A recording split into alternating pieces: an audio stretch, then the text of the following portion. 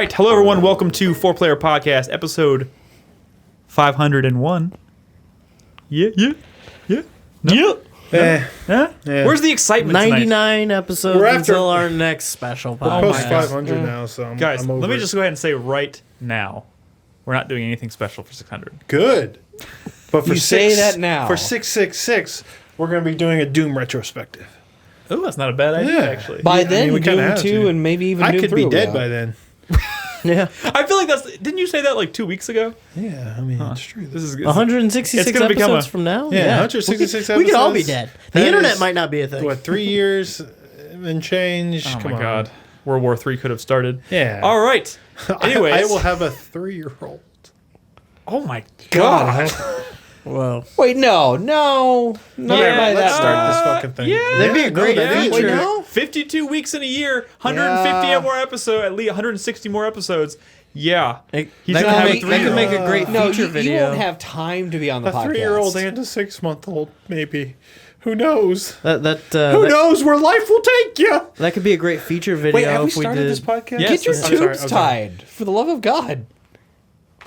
I'm sorry. Did we just... No, I'm not going to Did we kill the joke? Did we kill sorry. Crispy's joke? No, yeah, it's dead. Welcome to the podcast, everybody. Episode 501. My name is Nick Henderson. I am joined this evening Fucking damn it! by Brad Simon. I started playing Spyro the Dragon. What? Okay, you bought DJ Hero. You bought Dirge of Cerberus. You started playing Spyro the Dragon. What are you, and what have you done with Brad? Is that like what people do for the pregnant moms? They put the earphones over the belly and then they play Spyro? and they play music, but you're playing Spyro instead. Is that it? I went to the doctor today, I saw your picture. and I got a bunch. They were doing the ultrasound, and the doctor was like, "There's your son's cock," and I was like, Is that- "Yeah, whoa, yeah, hell yeah!" In those words? Is that exactly how he said it?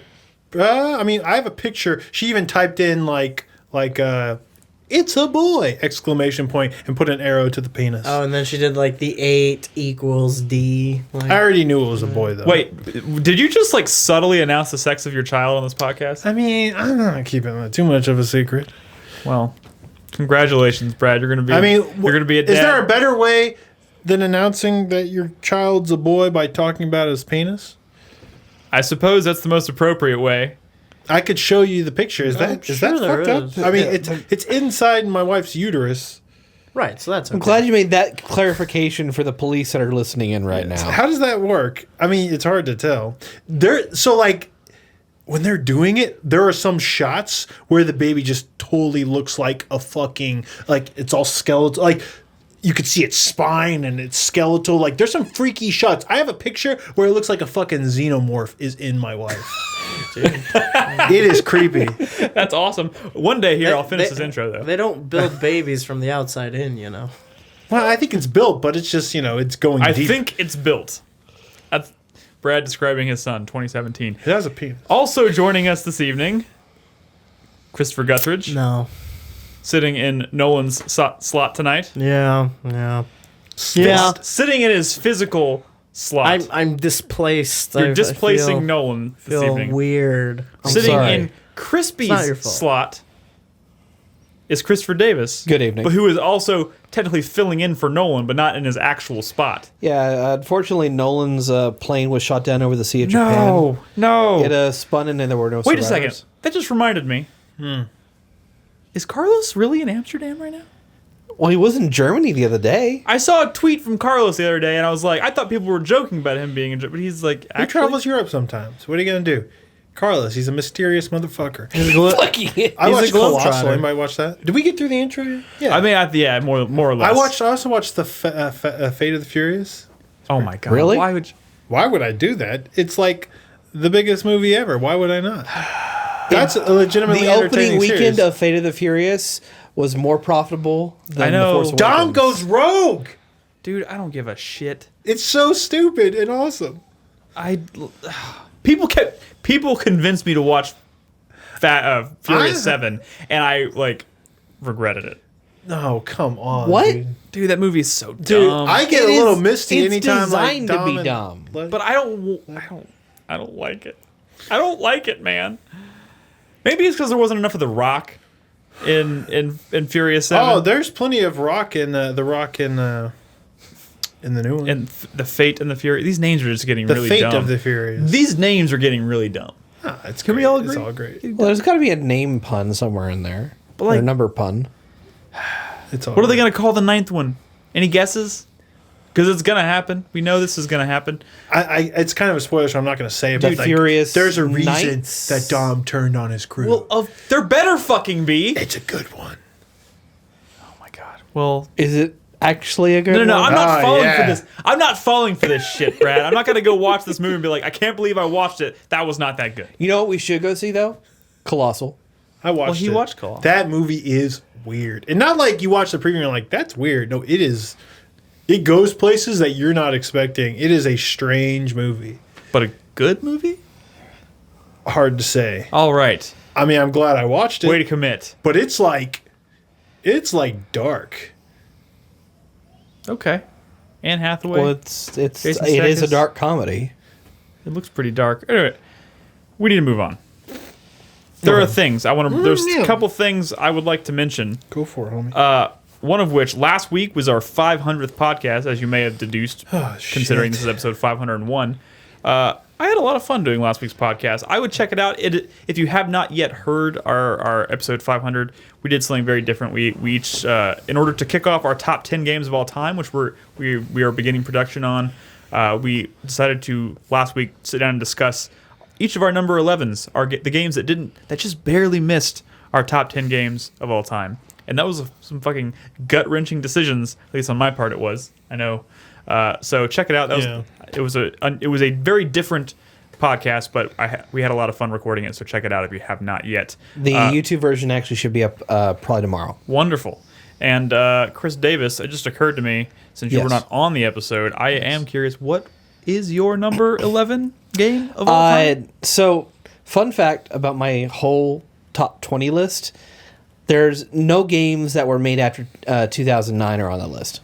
Was that intentional? That's fair. No, it's just my Which experience. means he didn't put the division on there, which I still Well, think actually, is crazy. I was looking at my list the other day because my list is just about finalized, and unless something changes pretty dramatically, there's nothing on my top 10 games of all time from this generation. That's fine. That's I know. I mean, it wasn't intentional. 2009's a little more extreme, but I'm kind of there too. But that's I like, might even be older. but that's mostly just but not necessarily commentary on the quality of games these days. It just means But for my number 11, I chose a Super Nintendo game from 1993. It's called EVO Search for Eden. Why are you bringing that up now? because I Because he asked me. asked him what his number 11 was because he wasn't on the We podcast. were begging him last week though, and you just casually ask him, and he's like, "Sure." It was a 3-hour recording. Really? Was that a 3 hours? Yeah. It was a that 3-hour long. No one recording. was talking about FTO for a long What? time. Sorry, what was the name of this game? EVO Search for Eden. EVO. It's a side-scrolling RPG platformer thing. Thing. It's kind of interesting. evolve The throughout the short course of it is, you play as this creature that evolves through different periods of history, and you're trying to get to Eden where Gaia is. The spirit of the earth. Oh, we Yes. know. But Captain you Planet evolve this Evolve. character over time, and so it's an actual RPG elements in which you're evolving certain aspects of your little creature. Like you evolve the mouth to do more damage when you is this bite. like Spore? I mean, a lot of people kind of pointed to Spore when Oh, Spore cool. was I just initially. pulled Silas comparison really out of likes my this ass. game too. It's a really cool game. I played a little bit of it back in the day It's on an emulator. and there is a dinosaur world that you go around and you. I don't know who you're talking to right now, but I'm assuming it's not me. Also, there's a secret crystal you can find in which you could turn into a pterodactyl, but he kind of looks like a penis. I mean, sometimes I think Chris Davis wants to fuck dinosaurs even more than Nick. I mean, he talks about him a hell of a lot more than I do. Yeah, that's true. Jesus. Yeah, I'm glad someone else is noticing this for the first time. For the love of God. Yeah, but that's not the meme, so it's okay. I'm the shooter guy. You're the dinosaur guy. I'm not, though. Why? No, he's the metal guy. The Dexter guy. I like all of The these things. Singularity guy. I like all of these things. The dinosaur guy. Right now, he's the Some Buffy would say guy. he's shorter. Well, let's. He likes Alan Wake. He likes Alan Wake. I love Alan Wake. Let's distill By Nick the way, down I into downloaded that on my his, Xbox One last core night. elements. I downloaded that on my Xbox One last night. Alan Wake? Not surprised. Because I remembered, I don't know why, I remembered that it popped into my head, Quantum Break, when you bought it, it came with a download for Alan Wake, and I realized I had never redeemed it, and it just popped into my head yesterday, and I was like, oh, and I just opened Because you happen I to opened already the be thinking I about opened the Alan box, Wake. and I was like, oh, look at that. Done. It didn't just pop in your head, Nick. Sure it did. You were thinking about Alan Wake, and then you remembered. Okay, you caught me. You caught me. I was thinking about Just Alan in your Wake. regular random day, Well, I do have the you were Alan Wake sitting there soundtrack thinking on my- about. I do Alan listen to Wake. game music while I'm at work, and I do have the Alan Wake soundtrack on there. So, it may have popped into my head then. Hey, oh wait, are we doing feedback? We are. Fuck well, this transition then. I'm not going to do it. Wonderful. I do also want to announce the winner of our March giveaway, because I realized I hadn't done that yet because we were so busy preparing for episode 500 that I forgot to do it. So I picked a winner for our game giveaway. Again, if you leave feedback on any of our podcast episodes, or if you help spread the show on social media by retweeting us when the podcast tweets go live every week, you are entered in a giveaway, and we'll draw one for every month. And this month, the winner is Mr. Green Toast. Mr. Green Toast. Mr. Green Toast. I don't know if he's in chat right This now. motherfucker played some matches of Drawn to Death with me, and then he was like, man, fuck it, I'm out. Fuck that guy. Well, you know what? He may have said, fuck it, I'm out, but he now gets to choose any game he would like to own on Steam, up to a $60 value, and we will gift it to you. So we'll be in contact with you, Mr. Green Toast, if you're not watching this live or listening to us on the go. I'll be reaching out to you soon, so respond to me. That's all I'm saying. I'm only going to do feedback from... We've technically had two podcasts since, but I'm only going to read feedback from episode 500 because there's not a whole lot, and we need to get the show moving right along. Yeah. So there's only two pieces of feedback from episode 500, but first one comes from Cobra. He says, Cobra. I always found it easier to go back and play Morrowind compared to Oblivion, which bringing this up because Morrowind was Brad's number 11. He's another one of my Drawn to Death bros. I don't know what it is, but after the tutorial area, I can't seem to maintain interest for that game. Is he talking about Oblivion? I mean, Oblivion. I think he's talking about losing interest in Oblivion after Yeah. playing the tutorial area, which is exactly the problem I had. I tried 3 times, and I couldn't get it to stick. Oblivion has some design problems too. With It's this probably game. the weakest Elder Scrolls game. I mean, Like- it's dull. At Like the you beginning. exit that prison and it gives you a goal, but it doesn't hold your hand towards that goal. But I remember probably needs I remember to. playing Oblivion. It was one of the early games I played on the Xbox 360. In fact, I remember getting excited to buy an Xbox 360 because of screenshots and footage of Elder Scrolls, which of course I had never played an Elder Scrolls game before. I just thought it looked drop dead gorgeous at the time. But the gameplay after getting out of that prison, just whatever, did not hold my interest. I don't know. Kind of sucks, but I seriously doubt you're alone there. Did you ever play Daggerfall? I know Joseph was a big Daggerfall guy. That game's old and Old massive. as fuck. This is a comment from a new person who I've never seen before, at least not. I on, swear to not, God, not if on the it's site. like a regular. Mr. Dupeep. Oh, okay. Unless I this think is I've someone played who that. Mr. Dupeep. Oh, Mr. Dupeep. I love that guy. Yeah, me too. That's a great name, by the way, Mr. Dupeep. Was so glad to hear a discussion about Morrowind. I feel so lucky to have come across the game at EB Games before keeping up with releases was even a concept I had.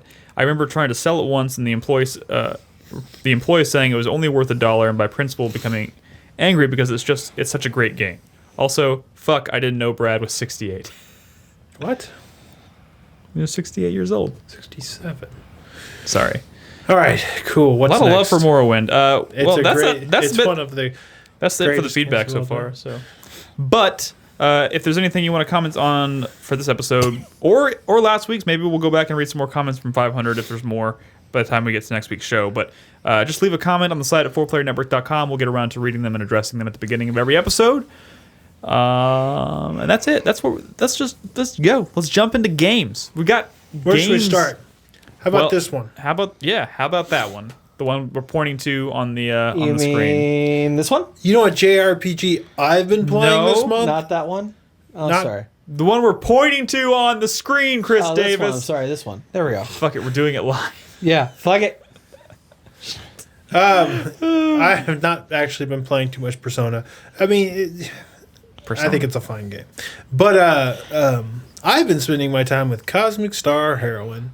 Are y'all familiar with this game? Only loosely. I know it's been in a few packs. Supposedly Right? Phantasy Star meets Chrono Trigger. I mean, hey, which again, That's not a bad combination. It's definitely it's of course not. It's a what great they combination. aspire to, and you definitely get those vibes. You definitely see Phantasy Star all over this. You definitely see, Chrono Trigger all over this, and that's definitely what they're going for here. You're even about to see a cutscene here, which is kind of reminds me of Phantasy Star, or honestly, kind of like Ninja Gaiden NES style cutscenes, but Say what? it's kind of lengthy. I apologize. So this is a throwback style RPG from Z-Boyd Games.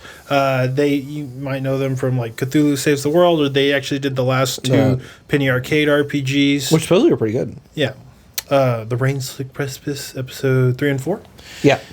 Which had a kind of a 16-bit style as well. And this is a very 16-bit Oh, they style. had a metal show? I'm I meeting was- a new character here, and I thought it was going to be a small cutscene, as you would see, maybe in like RPGs of the day. But this is like they play the whole song.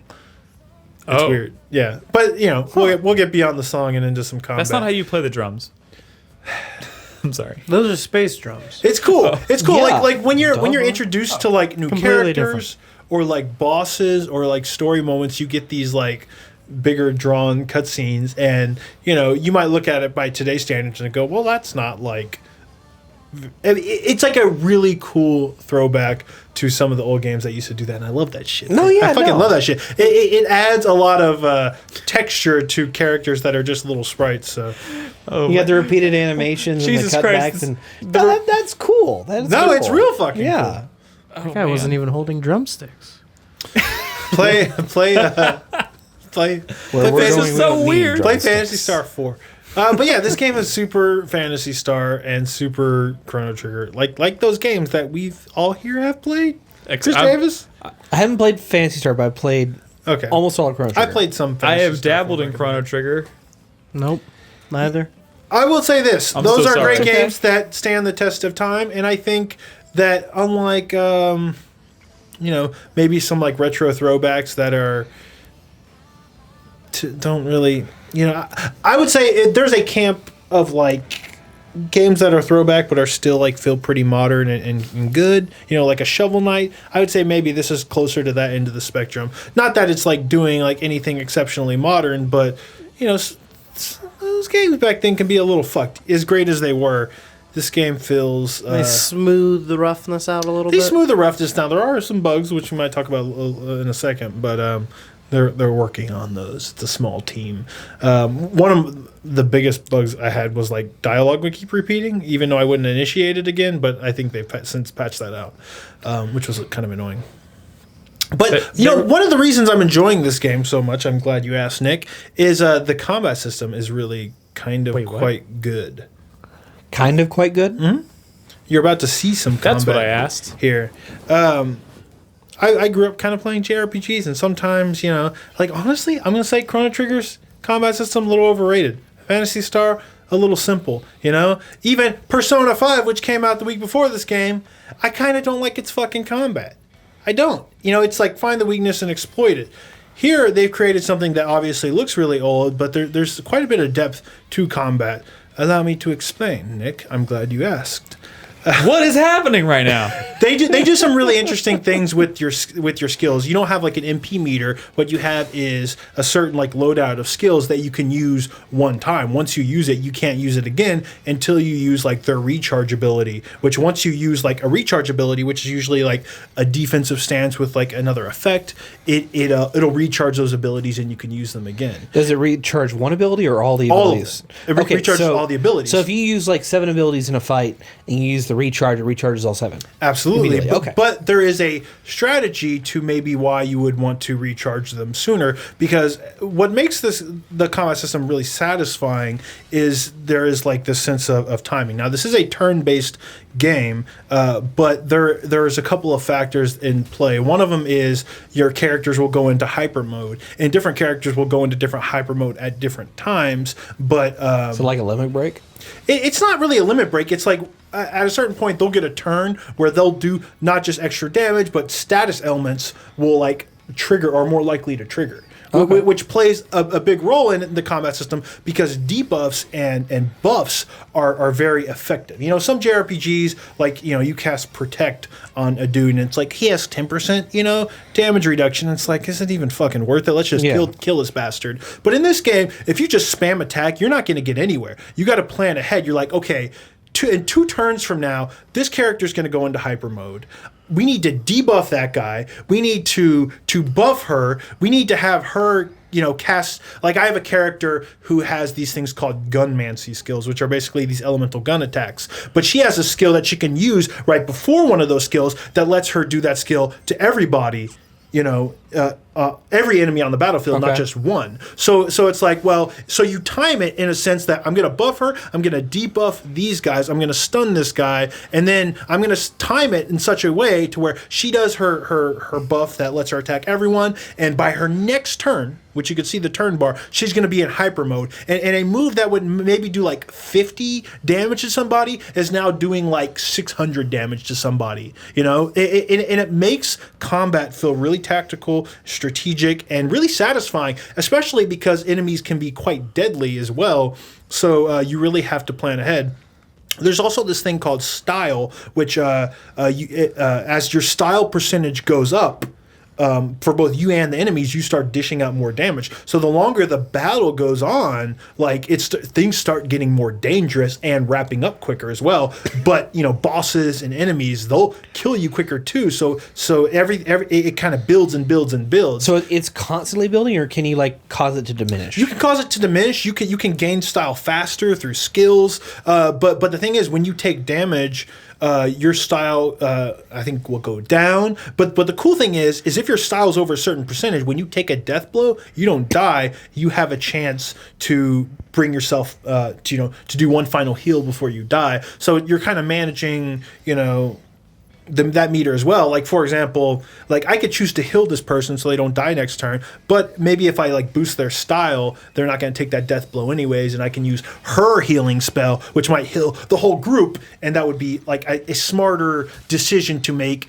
Again, it's very tactical. You have a lot of choices to make in battle, and the order in which you do things could dramatically change your effectiveness. You're not necessarily seeing that here because I was large turn bar. I was. You can really plan things out. Wait, is that the turn bar on the right? Yeah, that's the turn bar. A turn bar on the right. Enemies are on the right. The Takes up the entire right side. side of the screen. And they do some cool things too that I've not seen before. Like, for example, items in a lot of games, are just, use your potion. Oh, you're out of potions. Go buy some more. But here, they're all like one-time use items that you equip, just like your skills, in a loadout that anybody can use. So like finding an item in a chest is a really cool thing because that just becomes another, like, could become a core component to your combat strategies that synergize well with your own personal skills, with the skills that you get from, your programs that you equip via your shields. There's a lot going on. You have a lot of decisions, and I feel very, like, I feel like very much in control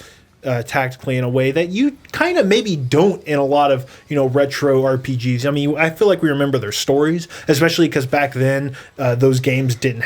Those were the only games that had a lot of story. So I think we have a lot of nostalgia for those games. But like some of the combat systems were like, okay. They would get repetitive, or by the end of the game, everybody was so overpowered. But here, I feel like they put a lot of effort and thought into the combat system, and I'm enjoying it a lot. It's also been like 25 years since like these kinds of games really were in their prime. Sure. So there's been time to evolve. But it's also one that has been kind of like that is dry. I mean, how do you come up with new ideas for a JRPG battle system? I'm just glad that they didn't just do like an active time bar or whatever, and they've decided to come up with something kind of fresh for a game that is a throwback style, because they definitely didn't have to. You see a lot of throwback RPGs that are kind of lazy about that stuff, they did a good job here on the story more than actual gameplay. Yeah. If there's anything I would say I would improve in terms of the battle system is you see like debuffs like poison and like vulnerability on the enemies, but you don't see the buffs on your own characters. And because you're it's almost like chess-like, where you're planning a move that's going to happen like 5 moves from now. You want to see how long this buff is going to last, but it's not really giving you that information. Or when a character goes into hyper mode or a style goes up, you might have an increased chance of doing a status effect, but it's not telling you those percentages, and I would kind of want to see that stuff. An example of an RPG that I played last year that does a really good job of, it's hard as balls, but they give you all of the information, and that's Darkest Dungeon. And they did such a good job with that, and it's proof that like you don't have to hide that information from the player. You can balance around it, let them. And that was another very tactical RPG. Yeah. You know what I'm talking about, right? You play some of that. That's a good game. That was a fucking crazy game. I know what That you was mean. near the top of both of y'all's lists. So That was really question. good. Yeah. The combat system in the game, it looks like, and I guess maybe I haven't been paying enough attention, but it appears that it doesn't go to a battle screen. It takes place on the same map. Yeah, very Chrono Trigger, where you'll see enemies Yeah. just kind of hanging out in the environment, and they'll pop out, and you'll just have to fight them. It might not be as dynamic as Chrono Trigger, but I mean, come on, that's Chrono Trigger. But I'm wondering if it takes place on the map, like in Chrono Trigger, can you take advantage of the environment? Can that be incorporated into the battle? Well, no, Like, I mean, dumb like example. positioning and stuff. Not really. Although there is a character that has like an environmental like skill that, depending on what environment you're in, it'll have various effects. But nothing as far as like using the environment from what I've seen so far. But again, I'm there's not a chance it's in there. super far into Okay. the game. But like again, the combat's really satisfying. Other things that this game does really well is like this is a 15 to 20 hour JRPG, which like Chrono Trigger back then, Suikoden, the first one back then, 25. like Lunar. Those aren't super long games, and I'm glad that this is a JRPG on the shorter end. But at the same time, like stuff is happening. Wait, how long is Chrono Trigger? Like 20 hours. I probably mean, it put about depends on what you do. 30 hours into it. Yeah, I mean, you could definitely spend more time playing Chrono Trigger, but like 'Cause it definitely doesn't have to be. It's not like like that fucking Tales of Berseria, which I just played for 70 hours. Some were like that back then, but I'd say honestly, the longer JRPGs started in the 32-bit era with the PlayStation 1 games. That's when they started getting really long. Yeah.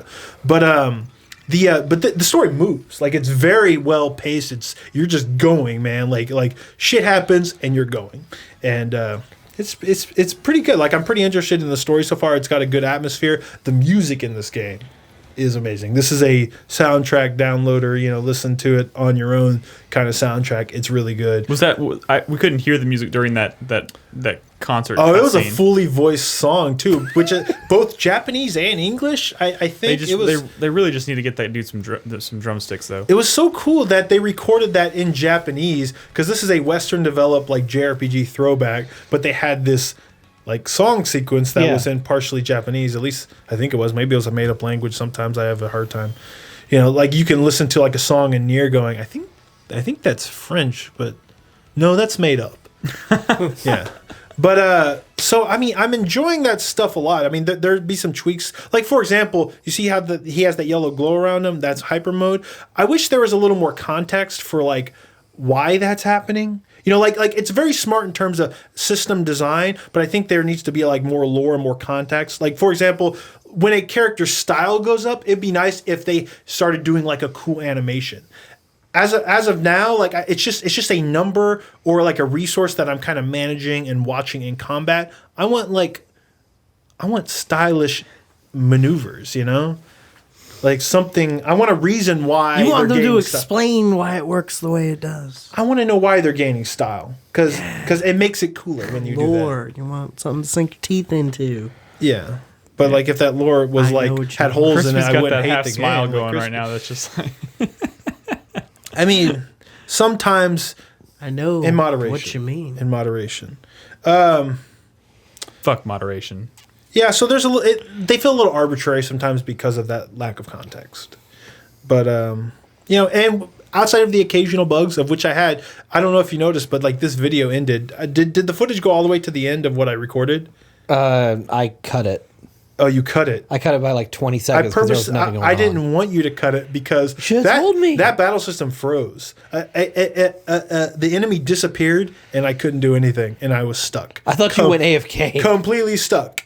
Now, if you have the PC version, they're patching it faster, but the console patches are coming slower. Yeah. It's a known bug, but I was like, I guess I just have to reset, like physically reset. This is driving me crazy, guys. Someone get that man some drumsticks. What if they're It's driving me crazy. What if they're black drumsticks and you can't tell against the background? I don't think he. That could be it. That could be it. No. Let's not make excuses for this person. I think it's fair. I think it's fair. You're just holding on to your prejudices, Nolan. Or Oh, Nick. Oh, God. Why would you call me that? Look, man. Why would If you like Chrono I Trigger, called you Chris Davis a few weeks ago. if you like Chrono Is that a Trigger, bad thing? Yes. if you like Lunar, if you like Phantasy Star, if you like, great 16-bit RPGs that this is obviously, taking influence from, this might not be as good as those, but like it'll definitely Got some stuff. scratch some of those itches in a way that maybe like Persona isn't, because let's be honest, that combat system looks stylish as fuck, but it's pretty brain dead. This one, Not so actually much. use your brain. You use your noggin. Cosmic Star Heroine, it's pretty damn good. Get it? It's not that long. I feel like low commitment is perfect. I already have so many commitments right now. But it's I'm not glad that you're. long. I'm And glad one you of them played it better there. not be Buffy right now. I'm talking about games. Okay. I did stop playing Horizon last night for an hour because I was dying of hunger, and I ate I made a peanut butter and jelly sandwich. Started an episode of Buffy, and I was like, I'll just do that. Fucking knew it. 10 minutes, and then I was like, I could eat another sandwich, so I made a second peanut butter and And jelly watch a sandwich. second episode. No, of it was Buffy. just all on the course of one episode. Yeah, But I did watch an episode last night when I should have been playing Horizon, because I told myself I was going to finish Horizon last You're night, terrible. and I didn't. I Expect tried. better of you. I tried. Well, I hit him. I hit like I did like the big like closing. Sorry, I know we're kind of loosely talking about Horizon right now, but quick update on Horizon. I am almost done with that game. But I did like the one of the last big like huge reveal missions that ended up taking like an hour and a half, almost 2 hours in this one like underground mission. By the way, Crispy, Yeah. you gotta play that game, man. You gotta like if you like lore and shit. Like Why just crispy? I mean, you should all play it. Absolutely, you should all play it. But I'm talking to Crispy, like one of the best science fiction stories Time travel? in games that Okay. I don't know. It is time travel. no, I didn't. I mean, it could be at this point. It could be. I have no idea. There's still more reveals. AI run coming. amok. Like Parallel they dimensions. they like you kind of go into it and there's a mystery you're kind of working towards solving, but like you hit a point where I was wondering, because everyone was talking about how great the story, and I was like, this is a cool story. I like the setup, but I wasn't sure where everyone was getting like blown away by it. And then I hit this point last night where like Where you got blown. where I got blown, but like By Buffy? I kind of saw where they were going, but they went deeper than I was expecting, and like they deal with some like really creepy, like mind fucky shit that you don't really want to think about. I've been telling y'all for a long time, Gorilla's capable of doing this. You just gotta look for it. I didn't say Gorilla wasn't capable of doing Yeah, it, but but they you're didn't. They acting didn't like really do it they've- with Killzone. Yeah, you're acting like they've been doing Yeah. this. They didn't bring it to the forefront with Killzone. No, they missed didn't. opportunity with But Killzone. it Perhaps was there. Is Horizon better than Resident Evil 7? Why do you keep doing this? I want to ask the hard questions, man. Do you want? Are you do going to a ask bit that of question of soul-searching. every game for the rest of the year? Well, Is that your yes, thing he's going to now? ask me this. Hey, no, not every game. He's responding very positively to this. Yes, one, but though. here's the thing. Like it's when it comes down to like ordering my list at the end of the year, I'm thinking about the uniqueness of the experiences that I had. Resident Evil is going to always rank very high for me of VR. because I played it in VR and like I have never experienced a game like that in my life. One of these days, I want to sit down with you and talk about how you rank, and I want to get you to get away from 7 a little bit. How you rank the Resident Evil games? You want to do it right now? Go for it. Do I get to judge you right now? No, come on, just I give will us, judge you give as us a a human rough being. draft right now. What's at the top? Best Resident Evil game. Go. Remake? Okay, Second okay, best, absolutely go. fair. Okay. Stop thinking. Stop thinking. 4, Okay, Okay, third fair. best. Go. 2, Okay, uh, have you 3? played 3? Oh, okay. Okay, I was going to say. Code Veronica, 5. No. Well, You can put 7 in there. Oh, I thought you told me to exclude 7. No. Include 7. Include Oh, God. every Resident Back Evil up, game that's ever back made. up, that's back ever up. played. Down by No, one. no, in no. Resident Maybe Evil he does 7. need to get away from 7 a little bit. I mean, make up your damn mind. I'm saying, where have you started talking about games that weren't awesome? Think about every Resident Evil game you've ever played. If you want me to answer truthfully, Yes. I The would real go question is, do you think Resident Evil 7 is a better game than Resident Evil Remake? off the cuff. Here's No my off the fucking cuff. way. Off No the cuff. way. Resident Evil Remake, Okay. Resident Evil 4, Okay. Okay. Resident Evil 7, Resident Evil 3 Well- or 2, 3, Code Veronica, 5, 6. We need to get away from 7 a little bit. Yeah. What about 0? Oh, What about Operation Raccoon City? Shit, I forgot 0. Well, I didn't play it. I mean, What about Umbrella Corps? hey, I was only counting the core games. I have played most of those with the exception Dark Side of... What about Umbrella Chronicles? Go fuck yourself. Oh, man. I forgot about 0. 0 would actually fuck up the ordering of that list a little bit, because I do like 0 I'm a saying lot. you're naming some great games. Yeah, they're all great. Like, I think that series is one of the most consistently great series out there. Like, when you're talking about the core numbered entries in that when franchise. they don't outsource, yes. I'm not talking about spin-offs. I'm talking about Resident Evil 0 through 7. Well, you have to mention 6. I know. 6 is always going to be my least favorite of the core entries. Dead Aim?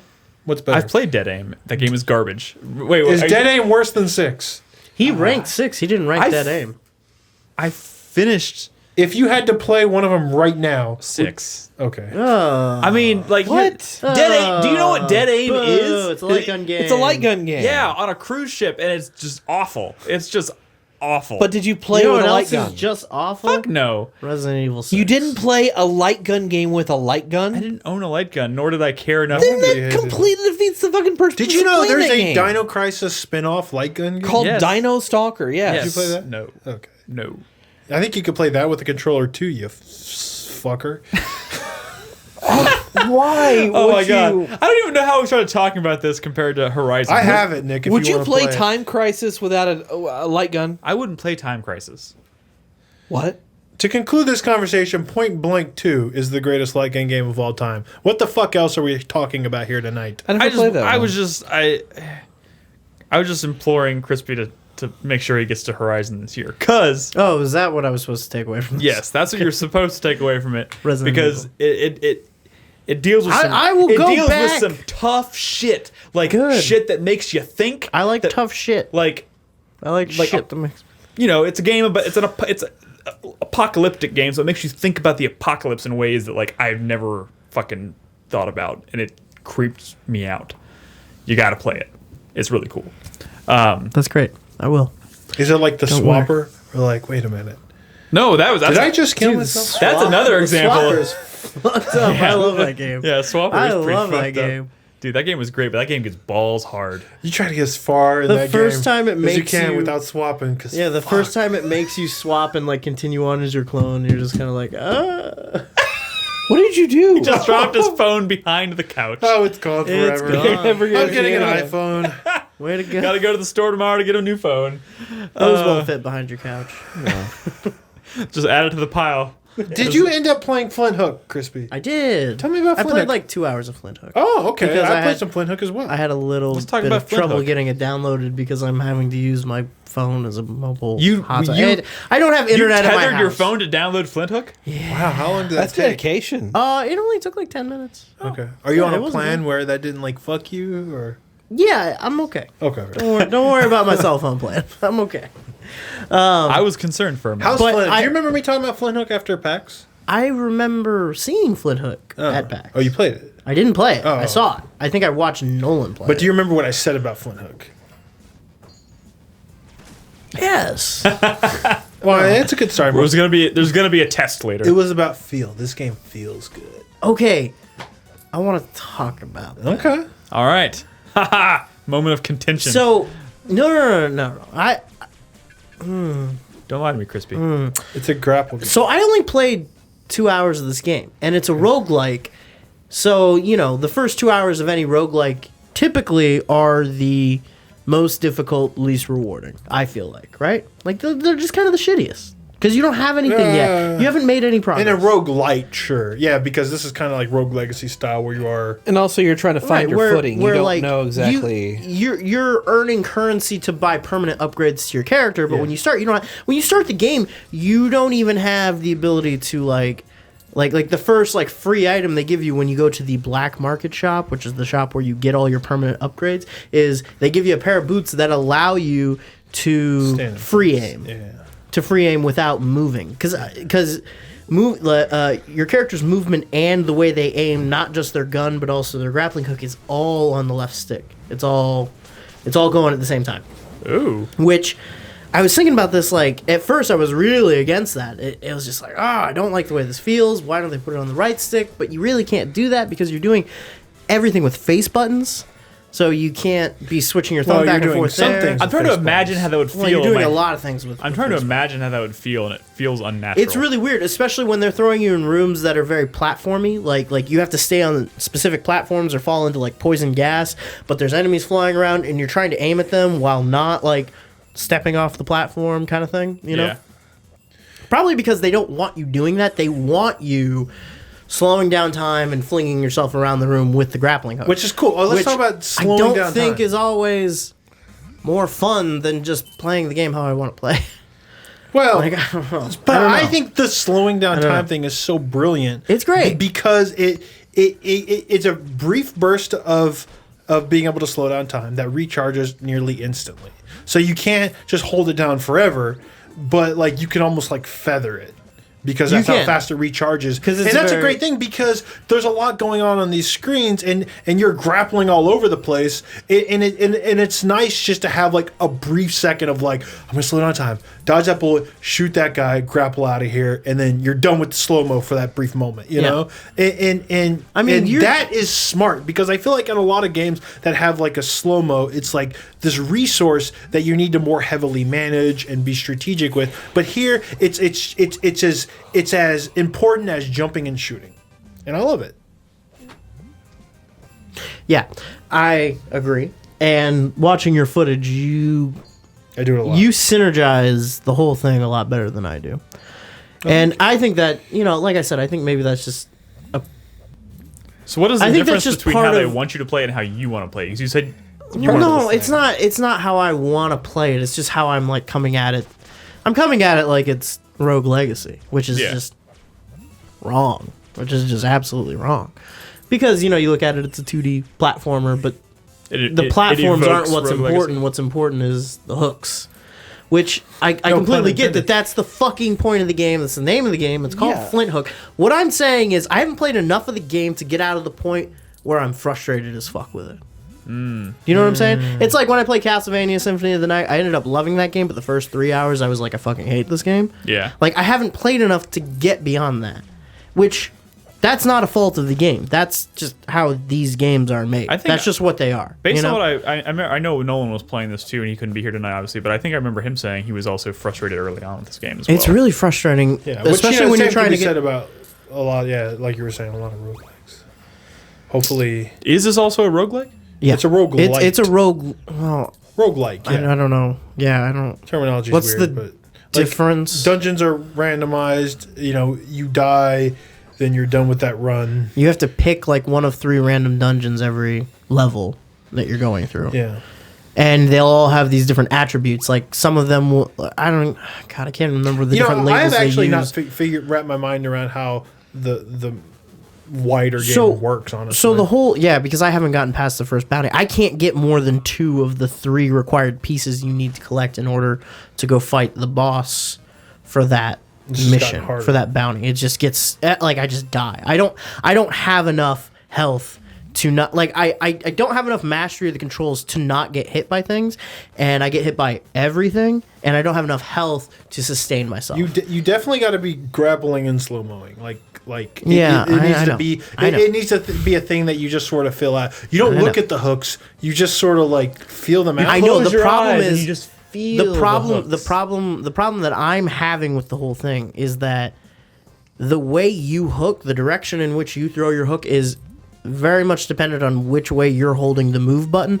So you can't, like, I have a really hard time changing direction in air, like when I've hooked something, I want my character to still be floating to the right a little bit to grab this coin or to attack this enemy or something, but then I want to hook back to the left. Like it's all the same. It's all the same stick. Which is why slow-mo is such an integral part to movement, because it's necessary. Like you can't do the things that the game expects you to do unless you're fine-tuning your movement with slow-mo. Okay. Free your mind. I guess. It would be like playing Fear without slow-mo, which people do, but that's wait, there's slow-mo in that game? In Fear? I'm just kidding. That was a joke. That was a joke. Kill you. That joke. Not that good. Sorry. But They can't all be winners. Like I said, this shit, I can't get through one of these rooms because. well, I'm about to do it. Wait, with all the lasers? Please show me what you do because show I you. just can't. I'll show you. I'm just gonna sit here and watch this. Like everybody's, Like, I- everybody's I- silent. At first, I haven't quite figured it out, but once I get in there, I figured it out. Because the whole thing is like you have to just keep moving, but then you also have to be aiming at the guy. But sometimes, what I'm saying, like sometimes I need to be hooking to a hook that's in the opposite direction of where I'm aiming, so I can't like hook and shoot at the same time. I mean, I don't think and you're doing this very gracefully. no. yeah, Right? nothing in this game that I've done looks But graceful. see, that's at a all. skill ceiling. You're going to get to a point where you're a leaf on the wind and it's going to feel great. Yeah, You I think. can't wait. I can't wait. But like I'm already getting my glimpses of real that, my though. real concern is based on like the upgrades and the rewards I've been getting so far is how much of that is based on me just learning the skill, like learning how to play the game, like getting the muscle memory of how this controls work, and how much of that is me having to just level up and them make my character better. I think it's gonna be because both. some of the things that I'm sure it's going to be some combination of the two. Some of the things that this game has rewarded me with so far kind of feel like stuff that like I don't know why this is an upgrade. Like I don't know why this is an upgrade. I don't know why I didn't just have this. Well, like the stand in place, sure, but I have a feeling the upgrades are going to get a little more. No, I know. I understand. Yeah. I understand. I just There are you games concerned that that do- you might not even get to that point based on like frustration, because like Rogue Legacy can be a really frustrating experience until you get to that point where you're like, Yeah, I mean, Rogue Legacy is such a gradual progression. Like, Yeah. You just have to throw yourself into it over and over again. But the reason why I've put 80 hours into Rogue Legacy is just because it was Whoa. always fun to just platform around in that game. Yeah. You know what I mean? okay, so I mean, I guess that's just where we have a difference of opinion, because Is- like the feel is kind of getting me through the frustration, because I have such a good time just The feel grappling is around. the frustration for me. Is like the entirety of what like I think everything in this game is doing it really well. I even think I can't think of a better way to arrange the control scheme of this game either. That's why I'm not even really judging the game hard. Like I'm trying not to hold that against the game. Like I really don't know how you would do this better than what they're doing, but what they're doing, like it, There's a lot going like on I with the really controls. just feel like I'm curious because now I'm like watching this. And like I I feel like this is a game that like I don't know, like you need to claw it, you need to put like I'm not the kind of guy that does both fingers on the shoulder buttons, Yeah, you know. me neither. I feel like this game should be a game where you have like your hook on left, you have your time on right, you're aiming with two different sticks.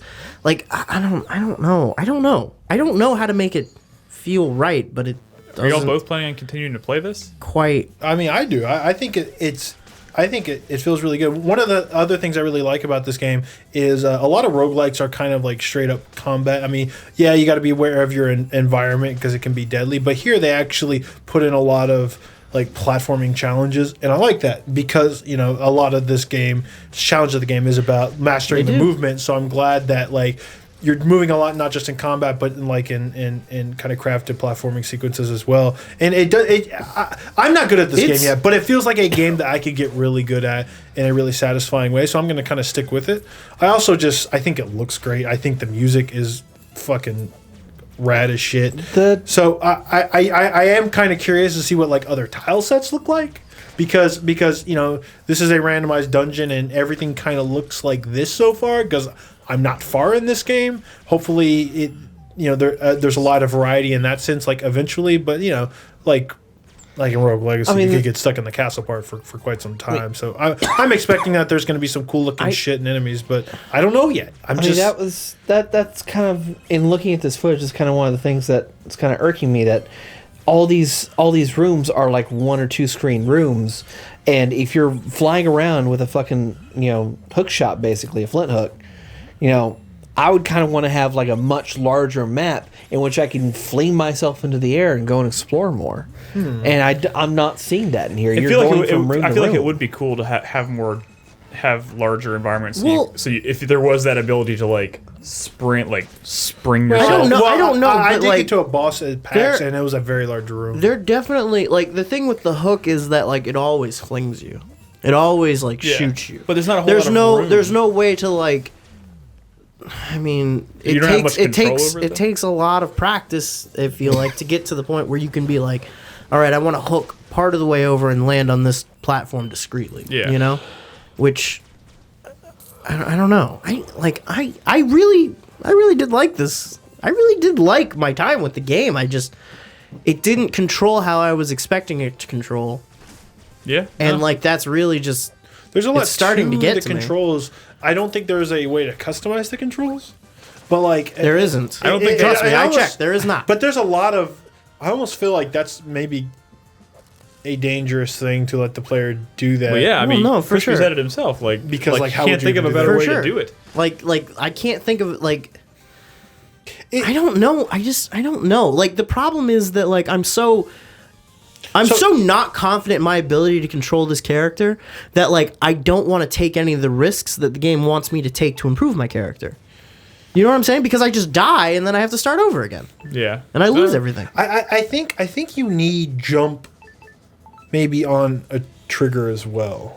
Well, Or that'd be maybe, great. I don't know. Can't do that, but that'd be great. There's too much shit because jumping, grappling, in slow mo needs to be as like it needs to be as breathing. You know, it needs to. Dude, it's so frustrating that like an enemy who just stands there and tracks and shoots a slow moving projectile, tracks, shoots a slow moving projectile, tracks, shoots a slow moving, like that's all they do. But that enemy is fucking killer because I don't know how to move my fucking character. Like I don't know how to not get fucking Slow hit. moving projectiles are brilliant though because what it's doing I is know it's it's turning it encouraging into a you to use a platformer. fucking time travel or It's turning it into like, a platformer. You know, maybe one of the frustrations is your gun doesn't have a lot of range, and that's another thing that's telling you got to get close. SMG's I nailed know. it. This game requires 3 hands.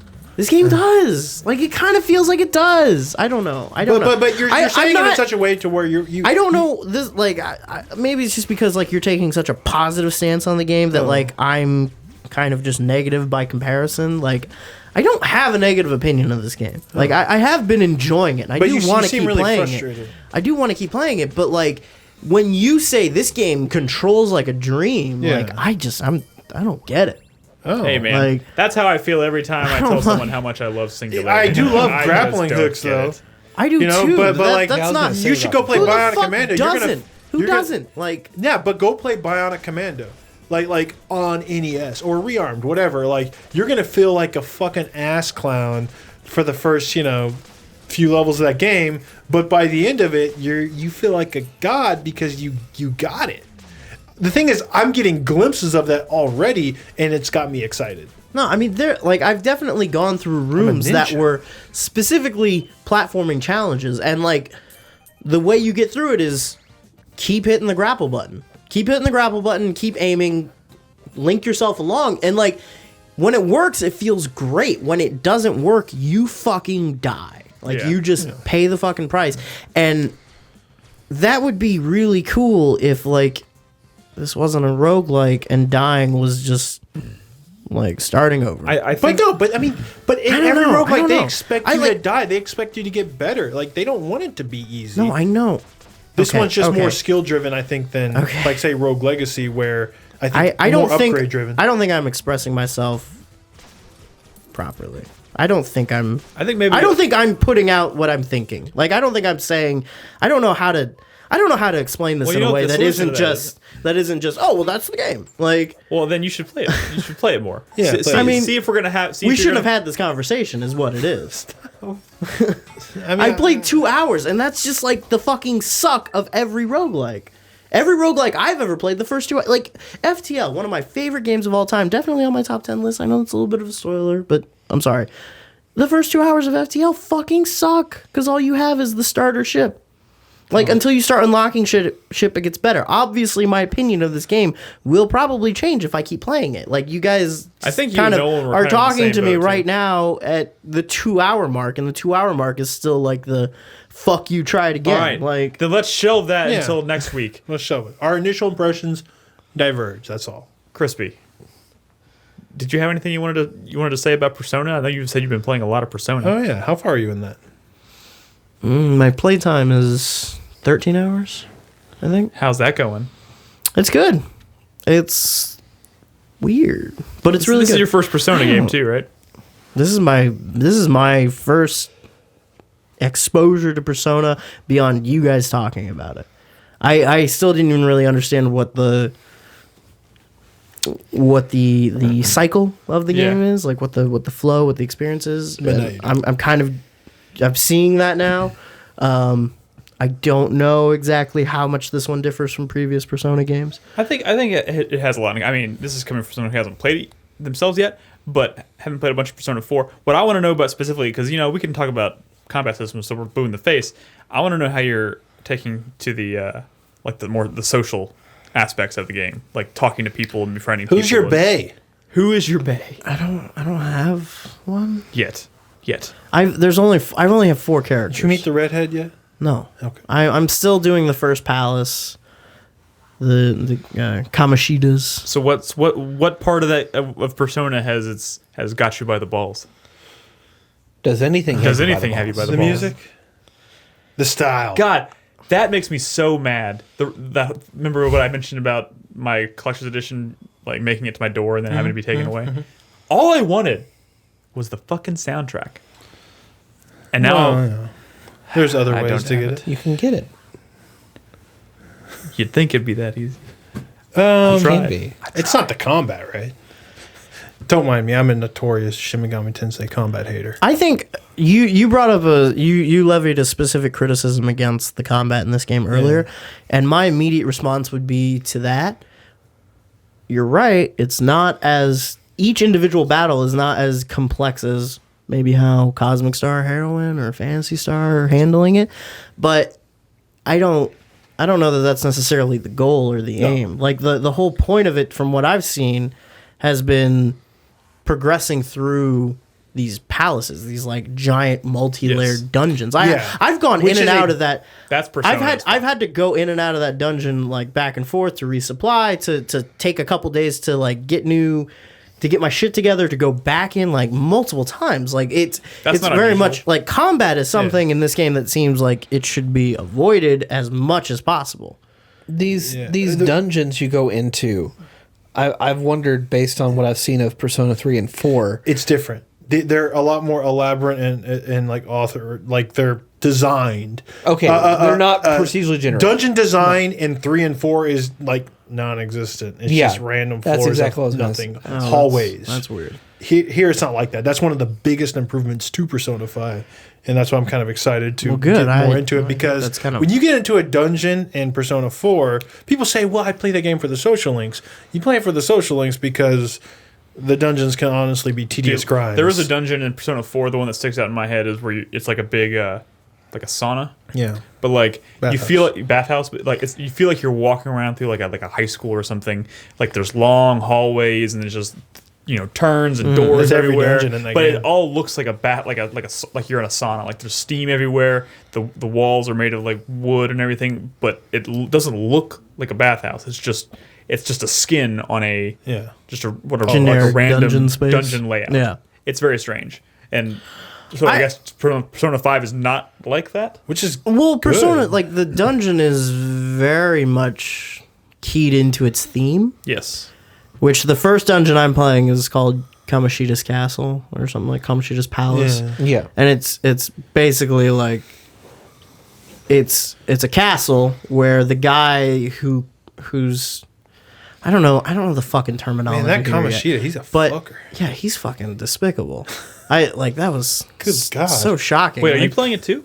Yeah. Oh, I didn't know you started it yet. like compared to like how he's kind of introduced compared to like what he is, it's like what the fuck. Like this is no. terrible. I'm worried it's gonna get like more fucked up the farther I go, and it's not just gonna be like he's abusing his players, trying to like it's gonna be like he's I don't know, Oh. doing terrible stuff to students. Oh. Like, but Well, you remember the whole thing, like, Well, he definitely tried to get it in. right.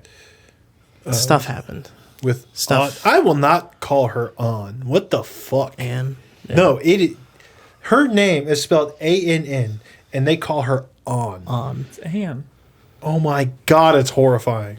Can't do it. One of the biggest complaints I've heard from other podcasts and whatnot is people talking about the translation may be a bit off. A So, bit. A bit.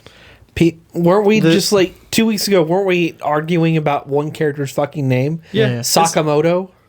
yeah. Sakemoto? Anyway, However they pronounce it. before we open that He's can of trying to worms pressure again. this girl into sex who felt compelled because he was threatening to kick her friend off the volleyball team. Right. That sounds really despicable. Yes. Yeah. Well, and then other stuff happens beyond that. Yeah. Maybe I'm not that far. With All right, that don't friend. spoil that for Yeah. me, 'cause So it gets I more. will not fucked start up. this game right The now. whole thing is just a bad situation. What you were saying about like dungeon design being very like cut and paste, it being like very generic, like there's more production value in the dungeons, it seems here. Yeah. Like this is actually like kind of a space that is very much tailored to the specific story Thank elements God. of what's happening in that. At least the first one is. I don't know how the rest of them go. The dungeon design itself, again, maybe because it's the first one, isn't that like. It's not like blowing me away or anything. Well, I mean- it's just there's just a lot of it. Yeah. You know, there's some light platforming segments here and there that really are inconsequential, honestly. Yeah. There's been a couple of like go back and open this shortcut kind of thing. I mean, it's really just about moving through the dungeon, getting advantage on enemies, and continuing onward, you know? Yeah. It's just the process of it, like how much of that dungeon you have to go through versus how little resources you can take in, you know? The whole thing is designed around, to me, at least the way I've been playing it, the whole thing has been based around how much SP my characters have. Their Yeah. ability to use It's like their that in the special others powers. as well. Yeah, so Especially as for- long as your character can only hold X amount of SP, you can really realistically only go so far through a dungeon before you have to back out and go Yeah. rest for the Because day. you and can't then- do the spells, Yeah, that which are sounds like- exploiting weaknesses. right, you which are is what the necessary. combat is all based That sounds like around. my experience And- with Persona 4. The combat. I've tried to end as many encounters as possible with holdups, with negotiations. Yeah. which that's been kind of rewarding. That's been kind of cool. I like that aspect of it. I really like the idea. That's where you're trying of to like capture a persona, right? yeah, like once you disable all the persona, or once you disable all the shadows that you're fighting that are on the field, you'll go into like the hold up, and then you can choose to basically either like rob them, like give me an item or give me money, or you can negotiate with them to join you as Yeah. one of your personas. Yeah. That's a really cool aspect to it. They don't really tell you about how that works until later. And then once they do tell you, it's not like a tutorial you go through. They're just like, hey, I'm going to throw a bunch of information in your tutorial section. Take a look at it when you want. Yeah. And that's where they tell you about like how to negotiate with personas, like the different personality types, how they like to be responded to, that kind of thing. Yeah. That kind of just becomes like a 4-way rock, paper, scissors contest at that point. So once you figure it out, it kind of loses a little bit of its luster, I feel Yeah. like. Have you? But it's a really neat concept. I've been using that a lot. I've been collecting as many personas as I can. I've already gone through and started like combining and Fusing, strengthening, yeah. fusing them. How do you feel about the fusing system? That's something that's like always been a staple to Shin Megami Tensei games. I mean, it seems pretty interesting so far. It seems like there's a lot there. The depth of the game definitely seems to be in preparation more so than execution. Yeah. You know, so the combat is kind of. I mean, the combat's fun. I think it's cool. It's stylish as hell. It's fast. There's you have a lot of different options for how you deal with things. It is very fast, very kind of. When you say a lot of different options, but like ultimately you need to do the weakness because you're kind of wasting your time. I mean, I'm saying if this thing's weak to ice, you have no reason not to cast ice really because What if you don't have ice?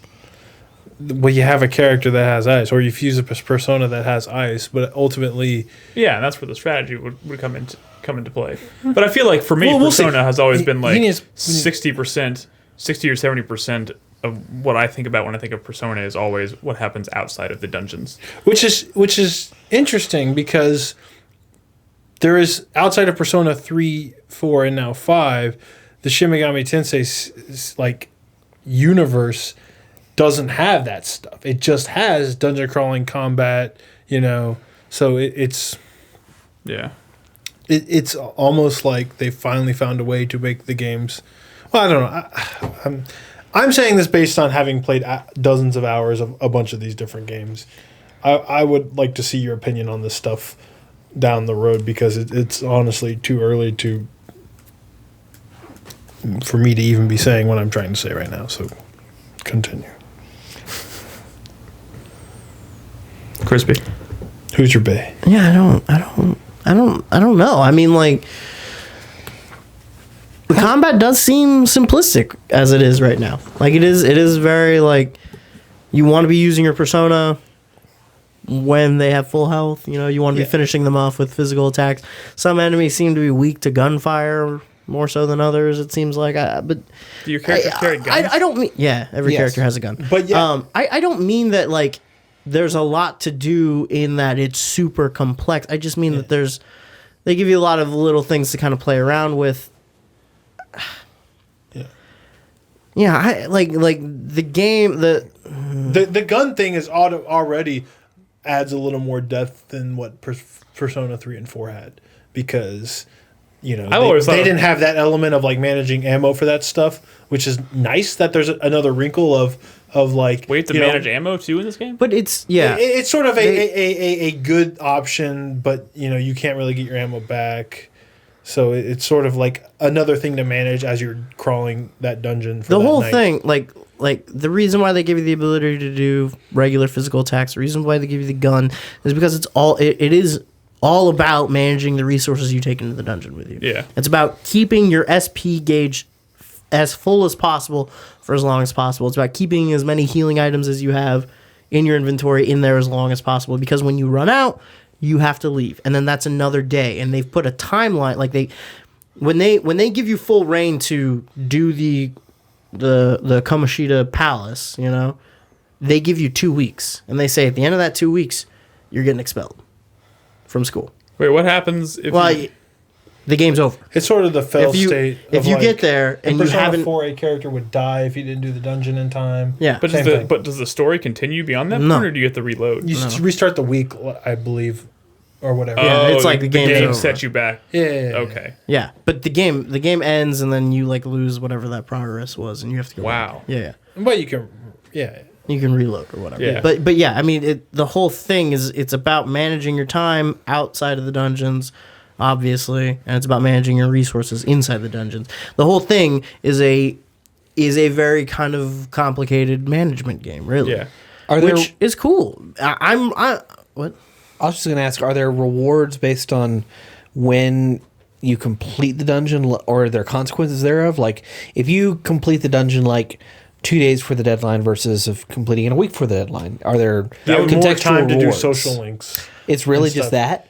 It that's would what be it's been. cool if I they gave you haven't- additional or different rewards depending on when. I haven't completed a dungeon, so I can't answer that. But I mean, the idea I of don't it, think so though. I mean, most of the game takes place outside of those dungeons. Yeah. It seems like. Yeah. So the idea of them giving you a few days to be like, "Hey, you have more time to increase this. You have more time to develop that." Like, is everything. that is the fucking game. Yeah. Like that is everything. How much time have you spent in the classroom, doing taking classes and shit? It's Oh, that's good. What Chai Tai is saying. What do you So one of my problems with Persona 4 is that you have all this stuff outside of combat and the dungeons, right, which are the social link system. But cultivating the social link, increasing that, what all it would do would add the amount of experience, bonus experience you get when you fuse personas, which feeds back into the same system, which it seems like convoluted, but ultimately it leads to the same shit. Like at hour 95, you're going to have a crazy looking persona you will have fused hundreds and hundreds of times, but it will still be use his fire spell because this guy's weak to fire, and then stick him up. Like, that's my problem with these games, is they don't get deeper as you go. They just gets a little more tired, and you stop caring about the combat. But what he's saying is that the social links actually do more in this one. The bonus experience was actually kind of a weak bonus. But now that dungeons are more complex, it seems like social links actually matter more outside of just straight up story. And, you know, things like sticking up and the ammo system. I mean, this seems like on paper a better game outside of story and characters than Persona 4. And that's exciting for me because, you know, I'm not all over The thing that like really interests me about the game is the aesthetic part of where you're going to these dungeons or castles or whatever, and you're essentially like a thief. Yeah. You're a band of that's the whole thieves. conceit. Again, that's another element that's new to the game. Is before it was all about running up to a dude and hitting him in the head before they spot you, which is it's the same in this game, but there are like cover stealthy mechanics built into that. Yeah. Not just that, but also a meter, which means if you've been spotted too many times, you get kicked out of a dungeon or something like that. A meter fills up. You know, that is all like adding more depth to dungeon crawling that wasn't there in 4. So like, it was literally just, this guy's chasing me, you know, try to get behind it so I can attack it from behind. Like, there's more to it than this. Okay. I mean, that stuff is really cool, but like,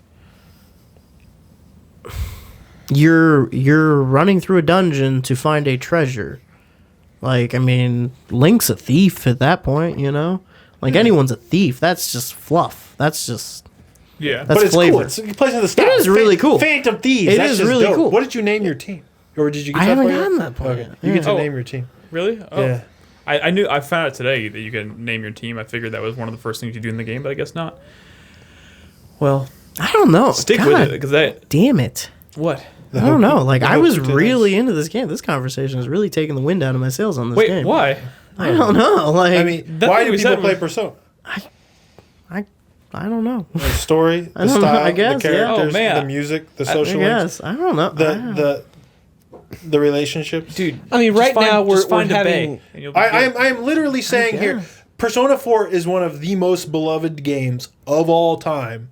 I'm literally saying that it seems like from what I've played and what I've heard, all aspects of the gameplay, which was my hang up on this series before, have been improved, yet the stuff that makes these games dope is obviously all there. Why in God's name would the wind be taken out of your sails? Well, I don't know, because I wasn't looking at it. I don't know. I was coming at it 95 on completely Metacritic. fresh. I mean, and this is his first experience. yeah, I don't know. Like But he's enjoying it. like hearing that something was broken and is better now is worse than just experiencing it for the first time and being like, oh, I this mean, is we're- what we're it is, putting- and this is great. Like, Well, We're putting things on paper, and we're not like experiencing it right now, and just we're dissecting it. the We're thing not- is too, I'm still working through the first dungeon. A lot of the social stuff outside of school hasn't really opened up yet. It'll get there, It's though. been a lot Dude, of like my favorite like shit the is- only characters that are in my party, like every single day that I talk to them, they're just like, hey, we're going to the palace today, right? Like, hey, we need to go do this today. Like, hey, we don't have time to hang out. We need to go take care of this. Yeah, when they start to give you more freedom Like- about actually like spending time with them outside of the dungeons and doing that kind of stuff,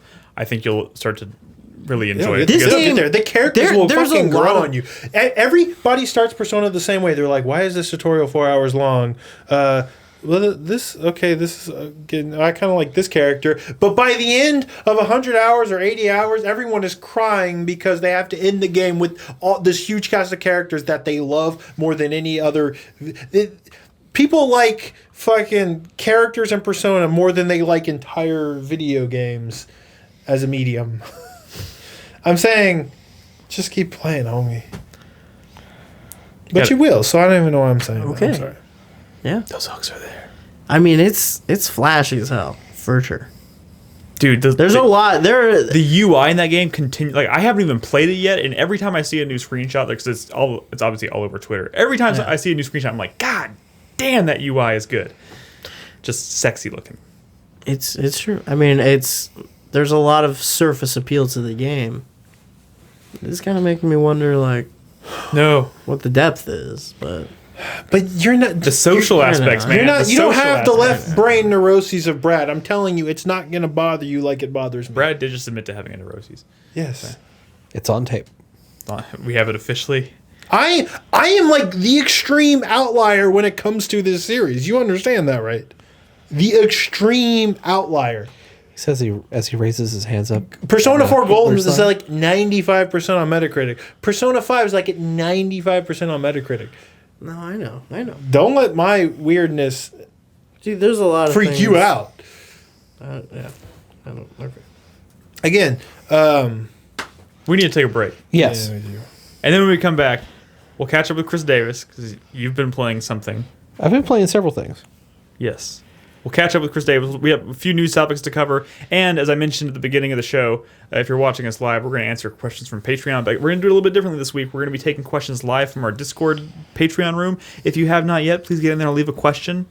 I hope there's some questions in there for us to go through by the time we get to that segment. Please. Otherwise, we're not going to answer any questions this week. So get in there, leave some questions. Should be fun. Cool. And I do have one more game I want to talk about. we'll be back in just a second if you're watching us live. Don't go anywhere.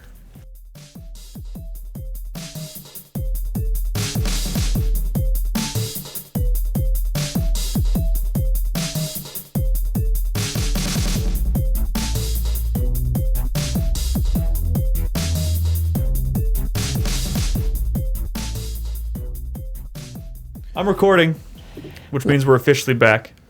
We are? Yes. Before God. we get to Brad, Yeah. before we jump into any more questions, I just want one last reminder. We are taking questions this week from our Patreon Discord channel. So if you have not yet asked a question, if you're a supporter of us on Patreon, jump in there, ask us questions. We'll get to that here in a little bit. But before we get to you, Brad, I want to check in with Chris Davis, Hello? mostly because I know you got a Switch Yes. and you've been playing Zelda. I have been playing Zelda. We have gone like several weeks without talking about Zelda. I have a game to talk about. And we'll get to it. I don't know. I had a conversation with Chris Davis before this, and I was like, no one wants to hear about Zelda. I want to talk about this motherfucker finished Mass Effect. He Yes. played like 15 hours of the multiplayer. No one else here is playing that fucking game. Wouldn't you rather hear about that? Why not Yes. both? You know Why what? not both? Fuck it. How about this? How about we don't? Well, first of Oh all- no! I'm sorry. He had some points that he definitely wanted to say about Zelda. I recall. But I do want to talk about my game. So go. Chris Davis, why do you hate Zelda? Number one. Oh my I- God! What? I don't hate Zelda. What? I never said such You a hate thing. Zelda? I said there are things that I have gripes about. Stupid little bits that I don't think Nintendo has caught up to like 2010, 2012 open world experiences at this point with my being with Zelda's. Whoa! I want to hear this. Whoa! They fucked up in some regards. Like the Please fast don't. travel system I kind of hate. Here's the fucking problem. Why are you fast traveling? man? What do you hate about it? The fact that this game emphasizes having a horse and exploring the environment with the horse, okay? Yeah, the horses suck. No, The horses suck, first suck, off. yeah. Okay? But when you fast travel and you're on a horse, you go to a shrine or something, the horse doesn't come with you. Yeah. That's the fucking. Who cares? So if you're out You in the make me sick. Who cares? Hang on. If you're out in the middle of the wilderness and you need to go to a town or something like that, first off, you have to travel to a shrine. You can't fast travel to a town. You have to fast travel to a shrine that was nearby that you've already unlocked. Because okay? it's not like That's every annoying as single fuck. town doesn't have No, a it's shrine annoying as right fuck is that you're next to it. fast traveling. But Yeah, what They someone do. told me is that not only do towns have shrines near them, but every Everything single you could horse want outpost has a shrine next has to a it. shrine. But why do I have to teleport to the shrine first? Why can't I go to like there's also part those of little the goddess lore, I guess. statues that are in each town, okay? Why can't I go to those instead? Yeah, That's in the middle of town. Why can't I do that? just gotta find That's the one. annoying, okay? But when you fast travel, the horse That's not a doesn't real come with complaint. you. So if you're in out in the middle of the wilderness and you go to a shrine by fast travel, you have to go all the way back to your goddamn horse to get it. First of all, or You're fucking right, go but- to a stable. You're And right. that's bullshit. But the horses suck to navigate that world because it's like very vertical But and it's like complex, so and the horse fucking can't even fucking huge. jump. The horse can't jump. first of all, let, No, I mean he's not wrong. It's Yes, so he is. fucking huge. No, Yes, I'm not you are. wrong. No, you haven't horse- said anything that's been an actual problem. Hey, It is a fucking problem when horse you're is trying to our problem navigate in the this game. world. Dude, No, it's not. I even used horses in that game very rarely because the number of times that I wanted to get off that horse to explore something else Yeah. was so high that I was like, why even get on the horse in the first place? I'm gonna walk 10 feet, The see something, only thing- see something interesting, and get off the horse. The only thing that supplants and makes the horse not even worth using is the fact that the world is so vertical, you can use the glider to go around. And that's what I do in this game. I see a peak. what everybody does. I don't want to travel Wait a across minute. like a flat distance. Wait a minute. I will climb the peak, potentially a longer distance than actually just fucking walking it, and I will get in the glider and I will just glide all the way. So the game is saying, hey, it's much more fun and convenient to fly everywhere than use a horse, and you're bitching about not getting to use the horse? Yes, because the horse has been such a critical aspect Oh my God, of no, every you're Zelda wrong. since The horse 64. should be better. The horse Just- system. The horse Both of absolutely you, just should be stop. better. You used to be able to Just blow into an stop. ocarina and your horse would just show up. Fucking cares. I did. I did. I'm with Chris. There on was this one. mounted horse combat in Twilight You Princess. didn't have a fucking glider in that game. Well, Wind Waker you did. Yeah, but you couldn't use it to the same degree that you do. Wind here. Waker also didn't have the horse. Let me just say Twilight this. Princess You did didn't that. have a glider and eventually an ability to rocket yourself into the air. Listen, Basically, it will. It's not such a huge stain on this game. It's not. But there are horses there. You guys There are are acting horses like in this game. it's and they do anything. suck. They do suck. No, I'll tell you what. The I'll- sand seals, though, I love the sand seals. See, Sand seals are great. those are dope. I love them. Those are dope Because- they're fast. They can actually navigate the environment they're designed And for. there's actually a fair amount of them out in the Gerudo Desert. Mm-hmm. There are. only in the Gerudo Desert. But yeah, but I mean, they're sand seals. I know don't what? expect them to be mountain seals or lake seals. I didn't use or- sand seals. You know why? Because that was the very last Right. place in the game A I went lake to. seal would Lake make seals more make sense, yes. than a sand seal. But that doesn't but also they have explain. boats, which they're clunky, but they're cool at least. Those horses. There's nothing cool about the horses in this game. They're no. They Yeah, look- they're not. you can name them ass agree. face. They This look is why majestic. I forget they even fucking exist. Okay, here's the bigger problem. Sure, the horse system is flawed. I'll give you that. Okay. If you're going to insist on There using should be a horses that faster much. way to travel on land, That's and the like horses are not. You good know what enough. that Yes. argument is? That argument's the same thing as Saints Row. When you were like, oh, there's no point to drive a car, but you can fucking fly everywhere. Of course, there's no point to drive a car. But you That can't- doesn't make the cars like. That doesn't mean the cars are. I don't know. But there's a lot of very open, like not vertical space. Traversing the vertical stuff is very interesting, but when you just have to like get from there A to B, and that requires walking over like flat surfaces, that's not all that interesting, and that's why we fast travel. And I think that kind of wish happens like you enough wouldn't to be- need to fast travel ever if the horse system was more well. All you Guys, need is an ocarina, guys. and a horse that can jump. Do you know how many times I have fast traveled in Zelda? I know, but you are an many exception. times? In fact, this is the crazy. I'm going part. to judge This you. is the crazy part. Do you know how? I can show you on two hands how many times I fast traveled in The Witcher 3, Breath of the Wild, and Horizon on You're a two You are hands. weird little insane. guy. hands. You You also- are You mean insane. combined? combined. I think You I fast also watched Smallville through 3 times No, in its once, entirety, just once. which means just we once. question Look at how you these- spend your time. Just These once. weird hairs about watching Buffy all over. But I am the rewatching entire it series because that fucking show When are is you going to fucking get incredible. When are you going to get your Dexter itch again? Well, I've For already your watched Dexter 38th like run. 4 or 5 Your 38th times. run of that Hey man, series. Dexter's everybody, gonna come everybody's after got Buffy. one. Bottom line is you're and the then exception. after Dexter, it's going to be small. my Horses suck. Yeah. What's next, It's a Chris? What cycle. else do you hate Dude, about my girlfriend this watches I 30 hate Rock on the like a weekly basis. I hate the lack of dungeons in this game. Okay. And I hate that the shrines are like mini supplements. Have of you it. done one of the dungeons yet? That's a I have- criticism that's actually valid. What, like the Divine Beast? Yeah, have you done any of them? I've done 3 of the Divine Beasts. Okay, so your And complaints are warranted. I think the Divine Beasts mechanically are cool. Yeah. How there's an aspect where you're actually controlling them, and the beasts are actually going around in the fucking environment.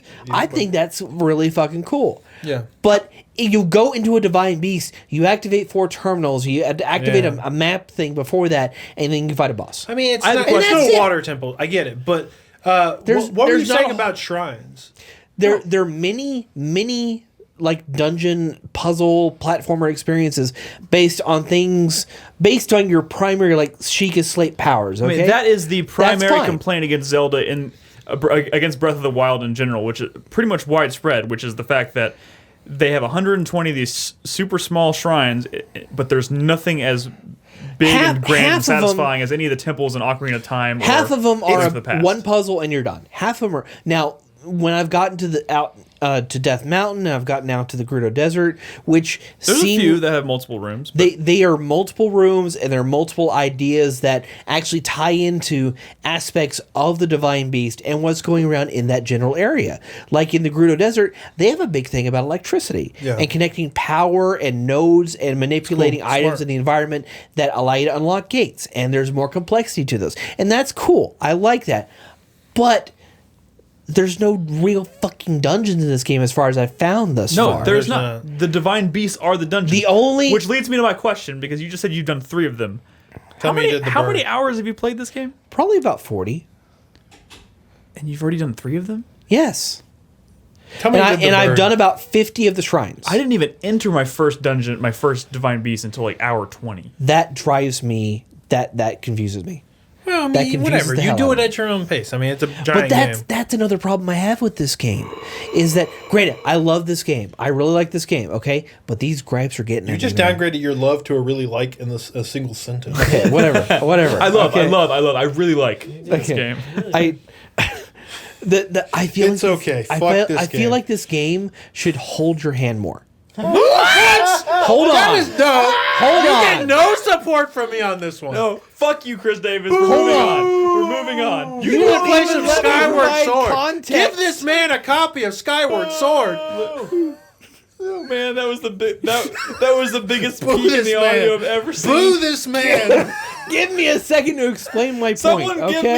Someone give me a tomato or a piece of lettuce that I can throw at Chris Give me Davis. a fucking break here. Let me explain my point. Let's hear it. My heart can't take this, Chris Davis. You start the game, you're on the plateau, okay? You have to complete 3 shrines in order to, or 4 or 5 or whatever, in order to get the glider to get off the plateau. Yeah. And then it just fucking lets you go. Yeah. Okay? The game tries to drive you in a way towards Zora's domain as your first. I mean, it doesn't. That was suggested. That's what it kind of suggested me to do. So I followed that suggested path, and from there I went to Death Mountain, and then I explored the south a little bit. You know what I've never done? It blew my mind when I found the fucking dragons. That blew my goddamn mind. That was amazing. It blows everybody's mind. You are speaking very freely about this.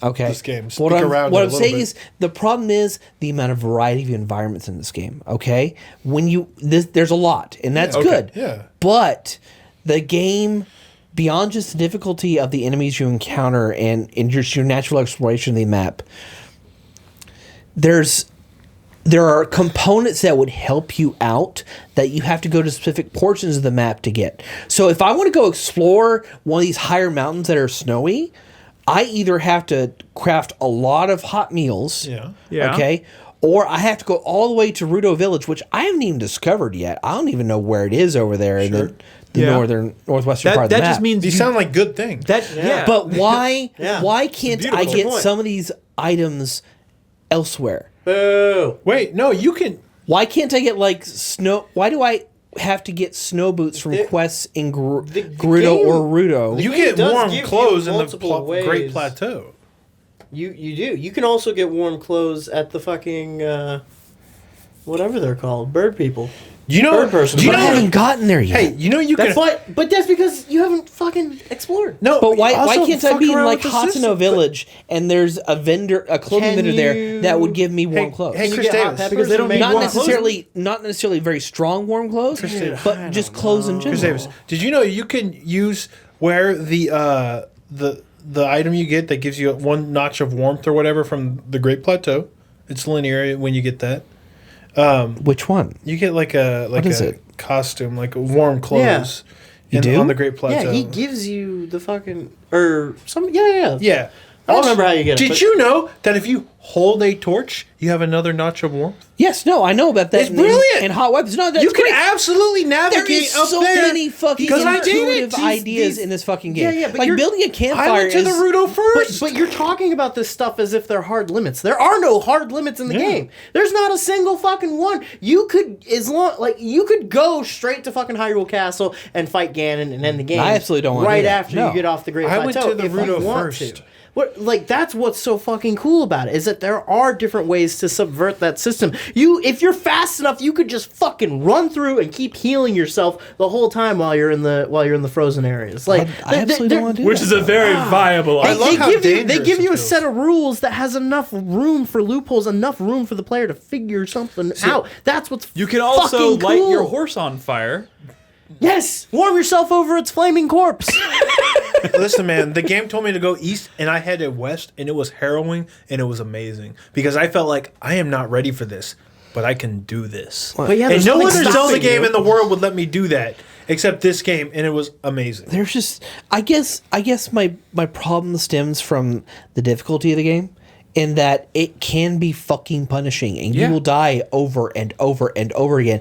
And it is a Dangerous, not punishing. It takes forever for you to build up a lot of hearts. Yeah, no, but I like mean, you can't don't- even unlock the Master Sword But until you there's- have like what 12, There is 15? nothing. There is nothing in this game. You don't have to. There is nothing. There is no enemy in this game that I think you cannot defeat, even if you only have 3 hearts. Well, I could be sure. wrong. I could be wrong. There might I be a few mean, things. No, it'll gotta be a be fucking really good grind, on that especially for shield some of there. those mini bosses. Like, but there's a whole world of difference in difficulty from one of those centaur guys, the Linax or Oh whatever. yeah, those are Lionels. Versus like Lionels. Yeah. the Dude, I out had- in the desert with I the heard some of those are Buldolgas. harder than Ganon. The too. Buldolgas are like the easiest fucking mini boss in this Dude, entire game. Those Lionels, I had like 16 hearts, and I was having trouble with some of those Lionels. Like those are not easy, Those levels are the worst. but they're also completely avoidable. And you can get really creative with some of And your powers. you can you can even sneak around the areas that they're prowling and like They won't loot see all it. that shit without them seeing you, because you can sneak in that game. Yeah. yeah. What do you like about this game? Nothing. So fucking much. Like, I love like the world design. I love the scale of it. I love Pious the characters birthmark. in this world. I love the ideas of interacting with some of these guys. I like the memories. I love the cutscenes that Dude, they the memories built are with one of that. my favorite things They're about actually this game. really decently acted. I like the It fact reminds that me the of fucking Red- Princess Zelda is in this game more than any other fucking Easy, Zelda buddy. game I ever. I stopped playing this a month ago, so I mean, but you found some of the memories, right? I found 1, 2. I stopped playing this game a month ago You should. You should go probably back. go back. after 30 hours or whatever. Yeah, you should go back. What the I- And I played 18 hours in one sitting. guys? What the fuck is wrong with you guys?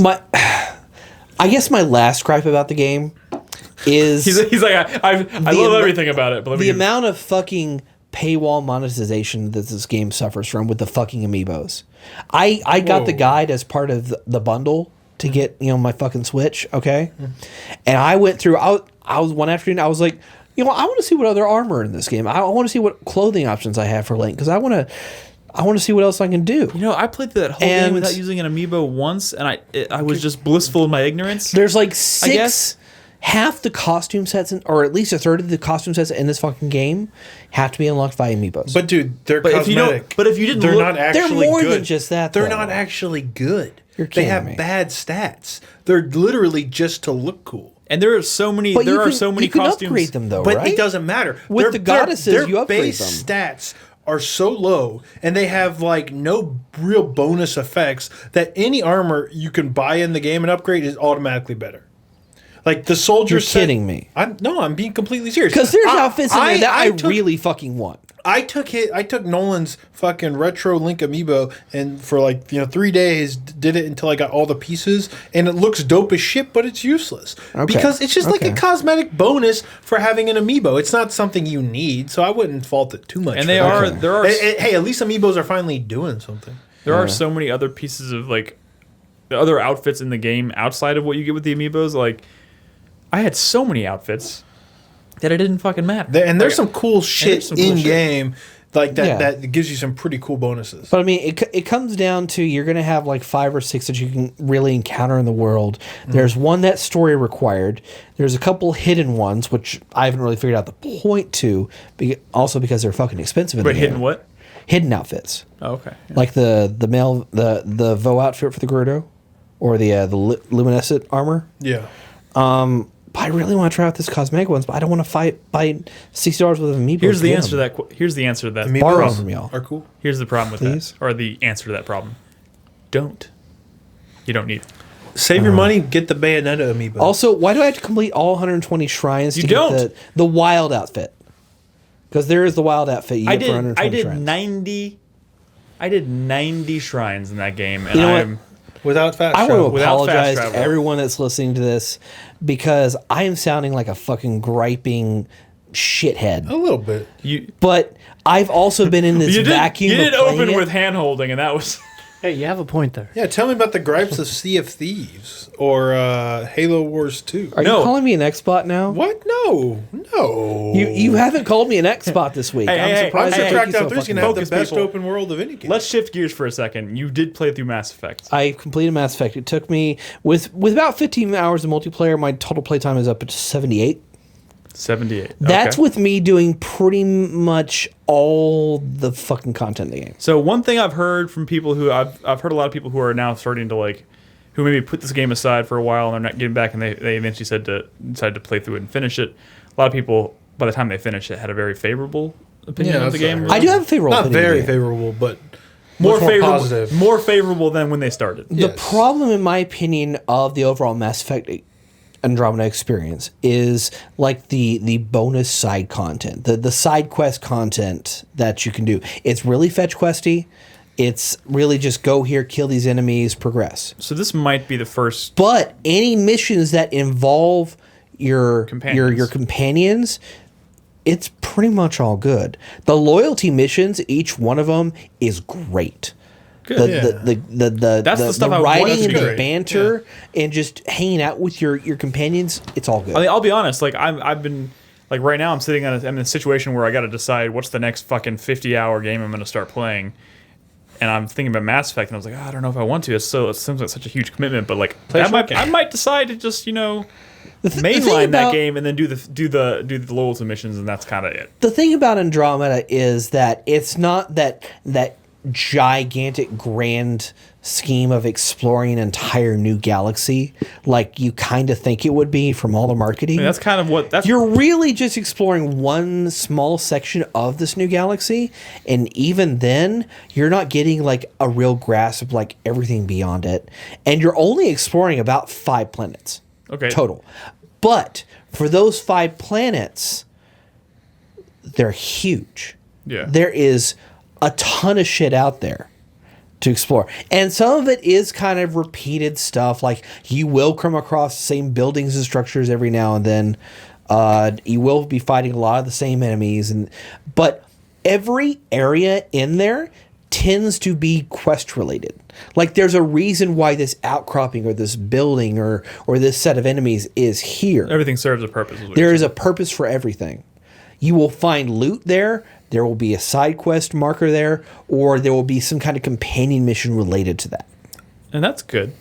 I'm excited. Like that's the kind of stuff that makes me excited. And the game does reward you to a fair amount pretty well. Because as you're building up these planets and you're exploring and you do these vaults, you're increasing the sustainability of your colonies and the sustainability of the Nexus, which is basically the game's citadel. Yeah. Okay? And you unlock small little tiddly bit things through cryopods. It doesn't really have that tangible an effect on the game, but in exploring the world and doing these unlocks on these planets, you feel like you're actually leading a cause, like you're actually helping, Even if more you're than just not. exploring. even if you're not. Because My- let me point to an example. Eos is the first planet you really start to explore. Okay, it's kind of a mountainy, deserty kind of world.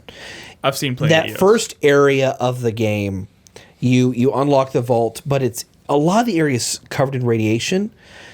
You complete the vault, you come back to the planet later, maybe after a few hours. You come back to it, the map triples in size. because and you you can, have a now shit you ton can more to navigate the explore. areas with the radiation. Yeah, because you activated the vault, you reduce the radiation on the planet, you can actively go explore more. And it was just night and day. Okay. The size of the world. But here, when you get right down to it, this is like the only thing I really need to know about Yes. Mass Effect. Did the story pay? Like, was the story payoff? Because that's like when you get right down to it. Like, to me, beyond anything, story is the most important thing to me in Mass Effect. So the problem is that this game sequel mongers. Well, I thought this was. I thought we already knew going into this was going to be a new trilogy. Maybe not anymore. When you say the story, though, are you talking about like the main through line of the game, like the actual main quest line, or are you talking about like because that's Are you not talking even about lore, that's not or even are the you talking about, strongest. like, That's not even the strongest aspect. the journey of of the the original characters? 3 games. No. I brought that up weeks But, ago, like- and I got my ass But chewed. like, here's the thing: like Mass Effect 2, By which me? Is, I was talking shit about Mass Effect 2, I think. Mass Effect Main 2 is story. my favorite Mass Effect game, and I feel like because in that particular game, the whole game was about building your team and doing everything you need to do to make sure you get through the. Well, he said the loyalty missions are good. Yeah, I know, but like Loyalty missions are good. Yeah. everything in Mass Effect 2 was in the interest of working towards that overall Suicide goal, mission. the suicide mission in Mass Effect 2. I love that. I absolutely love that. So in that sense, like if this is a Mass Effect 2 situation, then yes, the overarching. This is not a Mass Effect 2 situation. Okay, see that's Because there is this goal of exploring and dealing with this alien threat, but you only get to address a certain portion of the alien threat. And the game heavily hints at where the series wants to go with it and plotline events that are going to appear later on. But Do we think they're gonna you do that, don't though? feel like you've done a whole lot. yeah. You've established your foothold in this cluster of this galaxy. And the game ends. I'm not trying to be a butt here, but I actually put my game on the dock. Okay. Brad, when was the last time I was on the podcast? Well, What was it? Brad's been itching to talk about this game for weeks. Though. Let's. What was it? 2016 or 2015 when I was last on? Okay, well that's what's bullshit. better, Mass Effect or Zelda? Answer that question. You can't. No. You can't No, do that. That's not the one You question can't you do get to ask that. him. The one question you get to Desert ask him Island. is, who did you sleep with, Chris? PB. That's the... No, She's I the can't. Asari. Okay, that's the Asari. Okay. One of the Asari you can sleep with. Ooh. Blue vagina. I'm sorry. All right. And there's actually nudity in this game. we do... That's Oh, boring. yeah. Was there... Okay. That's boring. We... Bang someone more interesting. Like She's- Jaw? She is fun. Joel. PB is fun. I don't Your get first encounter with PB is great. I don't. PB's supposed I don't to be get fun. It. I don't get it. Like Robin's all excited about Jaw, and I'm like, I looked at Jaw. I was like, Jaw. Jaw's fine. I know. But like, and then I saw this article one day, and I think it was on like Kotaku or something, where it was just talking about like why women love like the like in the Mass Effect, accent, like why like they the love voice. It's the his alien, voice. like the And he like the kinda looks like- non-humanoid aliens, and he kinda It's looks like a cat. I'm genuinely curious about this now. It's a really fascinating read. Wait, is he non-humanoid? I mean, he looks kind of like a. Oh God. Torso, head, arms, two Okay. legs. That's where the similarities end. Also, Drac But is that's fucking fantastic. That's humanoid. Humanoid, shaped like Okay, a human. I'm sorry. He is humanoid, Right? but he also looks kind of like a walking, talking jellyfish. Okay, right? What? Maybe not Is jellyfish. he a Hanar? No, maybe not. Wait, you're talking about Jaw, right? Yeah. Hanar? Maybe he looks Jaw, like. like Is he one of those cat people? like example of what we were talking about, how like the Okay, new it's not a aliens jellyfish. don't really look that interesting compared to aliens that are already in Mass Effect. All right, Brad, tell us about Drawn to Death. Yeah. I apologize for being the Debbie Downer of this episode, but No, I think I Crispy is also a Debbie Downer this episode. I am not a Debbie Downer. well, we've all I been was You're a Debbie bunch Downer. of drawn to death. Ulysses The new uppers. game from David Jaffe's new studio, the Bartlett organization. What's the name of that studio? It's ridiculous. It's like they develop games and then they also like investigate paranormal activity. What? Yes, like that's like their company's like go to their website. Like the name of the studio is like the paranormal detective. the Happy-Go-Lucky Paranormal Detective Agency or something like that. Someone in chat can look it up. You just keep It's talking. the new studio. Just keep talking. Headed by David Jaffe to make it's the Bartlett Jones Supernatural Detective Agency. Oh, that's just How do you even know that's a fucking video game developer? Well, they're not just a video game developer. They also investigate the paranormal. paranormal. Yes. yeah. They're also Ghostbusters. That is really tragic to learn. Go to their website. I'm curious to see what's on it. Probably a bunch of Drawn to Death stuff. Hey, it's Twisted Metal on Feet. Y'all played this? No, I know I mean, that. I played it. I think I No, played it at I've E3. I'm played afraid it. to say that a whole I've lot of played it. nobody's been playing I it. played We it at talked E3. about it a lot. I played it. Oh yeah, you played some. I'm guessing you haven't played any since then. I haven't played. I wish you'd play with me. Well, This is free. You wish you could play with I will when anybody. I have internet. You had internet. I played before I moved. How about that? Yeah. So I'm gonna do something here Oh God. live. I'm gonna see how many people are streaming this game. Right No, you can't. Okay. now. Done? No, I can. What do Wait, you mean? let's What's the take- over let's take under? a bit. Let's take bets. I mean, I'm it's gonna say- definitely under. Are we talking about one. how many? I say the under number 10. of channels. It's under one. It's There's 4 people streaming the game Okay, for I'm- a total of Wait. 18 viewers. Oh fuck, Brad. Okay. So And this here we game, go. I feel like maybe not a lot of people are playing this free game for everybody that has PlayStation Plus with PS4, the market leader, which you need to be able to play games multiplayer. So you should, which this is a multiplayer game, so it's effectively free. By the mind who brought us Twisted Metal and God of War, Yeah. which were at times 2 of Sony's biggest first-party IPs. But Brad, question: What came out the same day as Drawn to Death? Well, no. Well, okay, Persona. Listen, man, there's not a lot of like crossover there. No, there's not. I'm just saying I feel like Drawn to Death. People who want to play like Twitch-based multiplayer arena shooters with a Twisted Metal flair are not.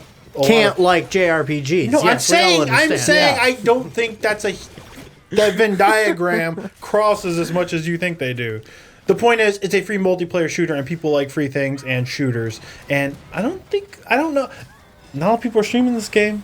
Also, this game has gotten some pretty bad reviews, which I usually kind of like whatever, that sort of stuff. Like Yeah. review scores, whatever, you know? Like some of my favorite games are Wait. low reviewed games. I don't care. But this time, it's personal. No, I'm saying this time it legitimately puzzles me. And you know, people responded negatively to some of the stuff you didn't really like in this game, like the announcer and.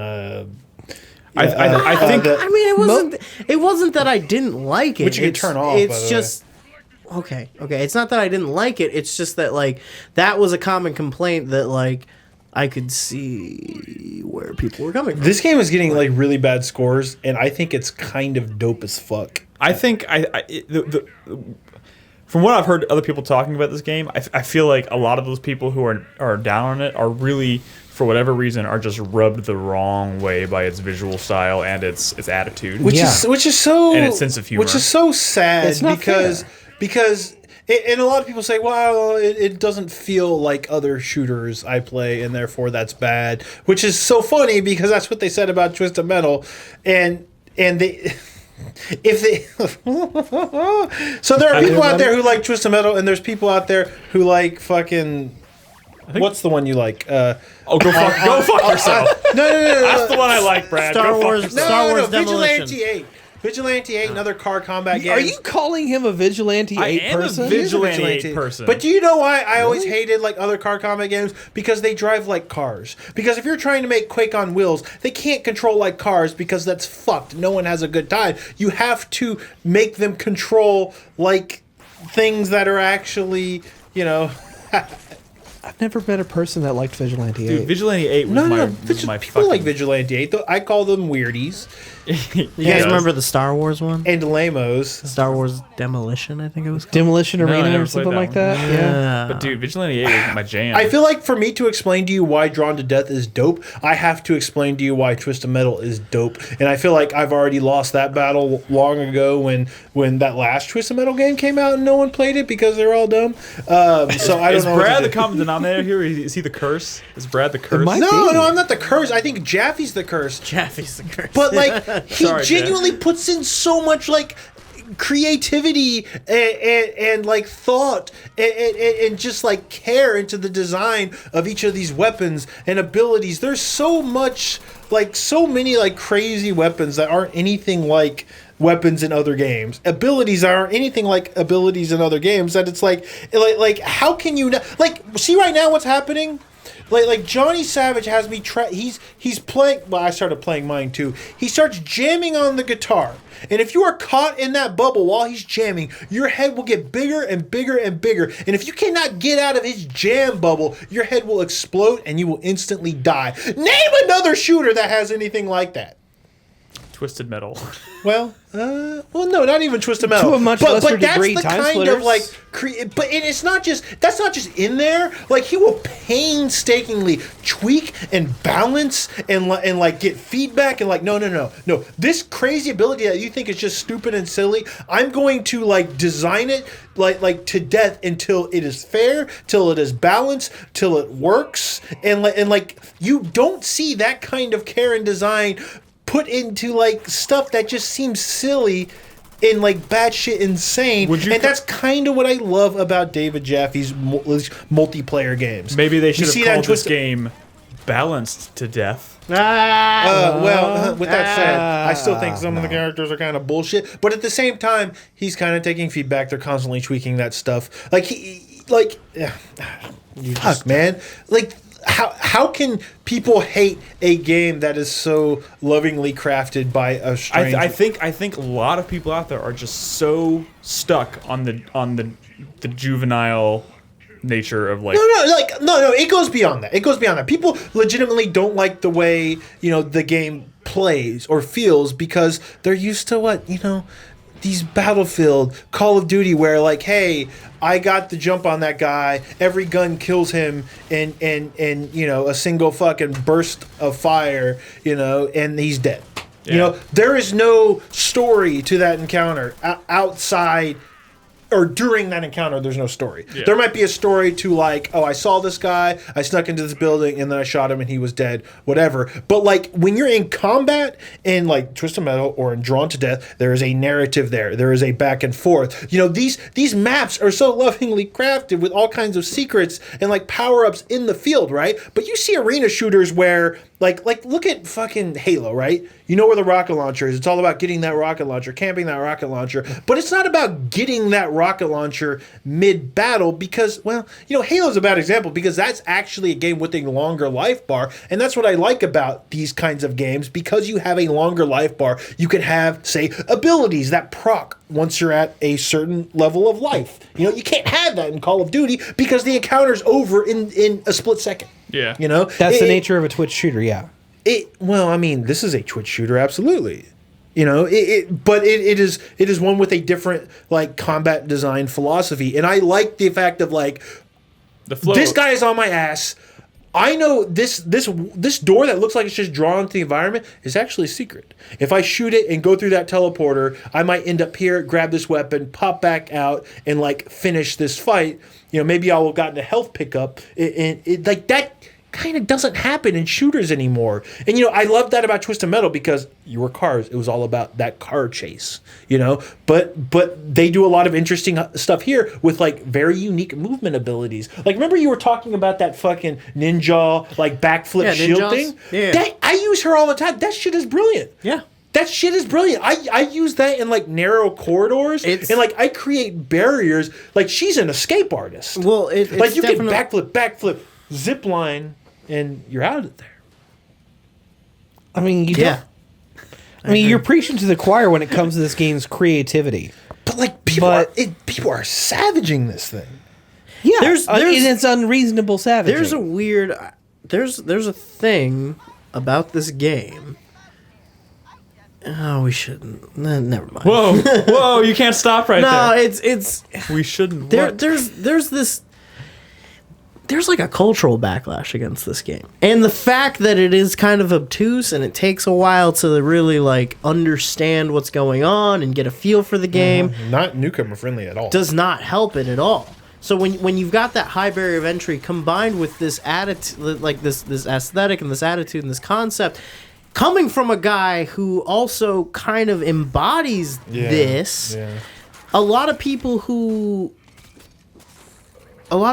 are more socially minded maybe have kind of looked at this game as being a byproduct of sort of the toxic Nature white is- masculinity that's dominated this industry. Which I think feel like. they kind of missed it there. Because, you know, Maybe Jaffe, they did. he actively doesn't support that shit. And at the same time... But it Like, is, the it way is he- also kind of easy to build a case for him being a bit of a knob, too. You know? He wears his heart on his sleeve. He's very outspoken. He is one to kind of put his foot in his mouth. Yeah. But like he also views, Very well. but like the way he describes this thing that everyone describes as like hateful and just like annoying and obnoxious. Like to hear him describe how he sees it is like, wow, like that is not how these other people are viewing it at all. You know, he considers like this.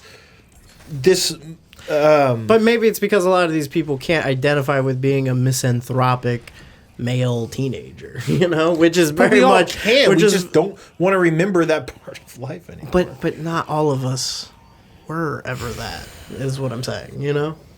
I don't know. I'm Some not of saying us I'm not were saying it's nerds. right. I'm saying I think that's where the argument's coming from. I think that's why this game will fail to connect with certain aspects of the community. It's just so From frustrating get-go, like- because he sees like, you know, this moment in life where you're like this angry teenager is like a very like kind of endearing or like an innocent thing, and everyone is taking it the exact opposite, and it's like insane to me because if you really if you look at these look at the descriptions for like the weapons and stuff, like there's a lot more like care put into that stuff than I think people realize. They just hear the announcer and don't like him. Man, I haven't heard the announcer.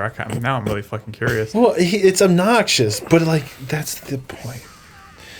Is it because like the this aesthetic, it calls to mind the kind of person like I don't know how to say this because I certainly don't want I don't want to say the wrong thing right here, but like, you know, this certain kind of person, you know, in high school who I think maybe commonly like someone who draws fucked up shit like this may commonly be associated with someone who maybe did some fucked up shit. I don't think this game is like anti-PC or anti-SJW or anything. Like I don't think it's putting out a message like that. I think it's But is it just being construed like that way? tripping some. I think it's just tripping some alarm bells for certain people in the industry that, you know. But that kind of like a lot of people are maybe looking at this as coming from the same kind of weird angst that like games like, oh, what was that one from last year that. I'm not even That trying guy- to bring this you into know- like you know. No, I know. But what I'm saying is, I think a lot of the criticisms are like, I think a lot of people were set against the game from the get-go, Yeah. based on its personality, and not necessarily anything to do with the game. You know? Sure, and I think a lot of this has. But what was you know the one that got banned on Twitch and it caused a huge stink Hatred? and hatred? Yes. Yeah. Oh, yeah. Like people maybe are kind of thinking that like See, the thing is, And that's that's a what I was. bullshit something That's like more that. of what I was alluding to. not is that, not like, exactly like that, but that it's kind of coming from the same sort of mentality. Yeah, so like that's kind of what I was trying to allude to. I mean, this is obviously much more bright and yeah, kinda but like goofy. like hatred was, you know, But- evoked memories of like Columbine and shit, right? Yeah. and that's what people were And it was very kind very. of it was meant to. Yeah, it was meant to, but like I'm wondering if maybe Okay, my question is this game inadvertently evoking those same kinds of things because the kind like people think about the kind of people who drew fucked up shit like this in their notebook in high school, and they think of people like the shooters at Columbine, and shit and I'm wondering if that has anything to do with how people are perceiving this game.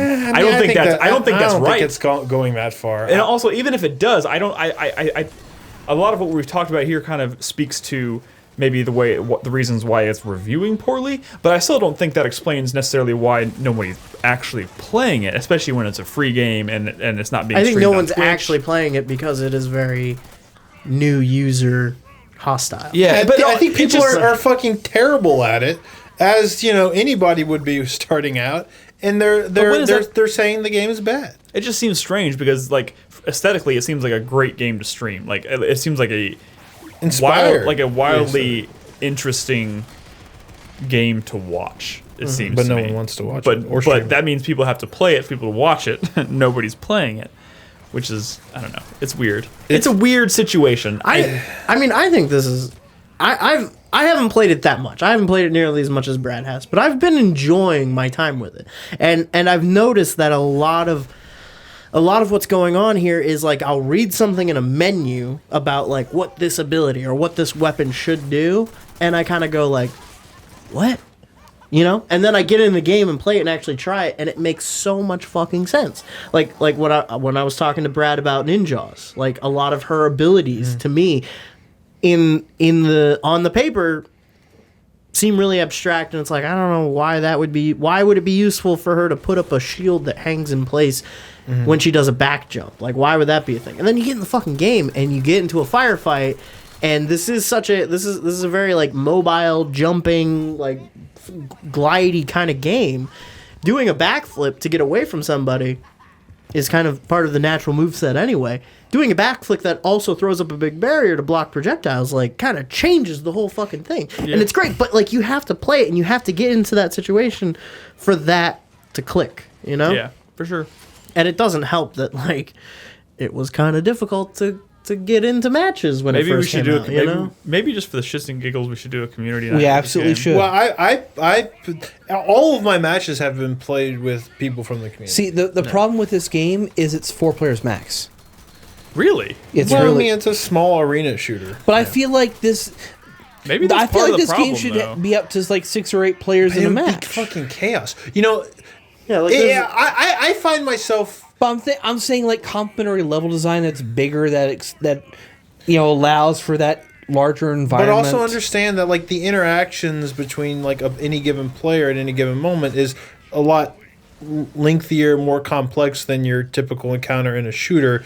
Adding, 8 players to this game would be like Anarchy Reigns, which I find it funny that I like the oddball. I like Anarchy Reigns. I like Twisted Metal. I like Phantom Dust.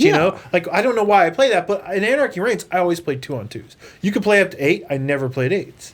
I always played 2-on-2. I just felt like that was like there was too much going on in any given encounter that when you added too many players to that kitchen, it was like insanity. But I mean, I don't want to do current year argument, but today the majority of shooters out there or even multiplayer experiences tend to be minimum 6 to 8 players. But they're very different. Yeah, very different type of game. I think the weirdest this thing is almost like a fighting game in these encounters. I think the weirdest thing about understand this whole that. thing though is that, and I see people in chat talking about it right now, and I think some of them are maybe missing the point, is that like this game was free to play. There are a lot of people out there who have PlayStation Plus who just download the free game every month because it's free. Mm-hmm. Yeah. And I feel like But they never play it. Or they play it for like half an hour and go, what the fuck is this shit? I'm going back to Call of Duty. Yeah. Yeah. And that's a problem. Man, but what other chance? I mean, that was the best chance this game had.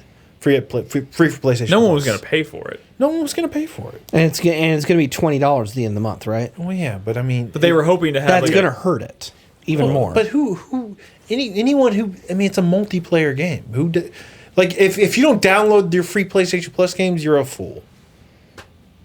They even made it easier to where you don't even have to download them. The initial button when you go to the store is just add to library. You hit that button, you have it. It's yours now. They've made it so easy, and people aren't even doing that. It's crazy. You don't even have to turn on your PS4. You can do it from the website. It's crazy.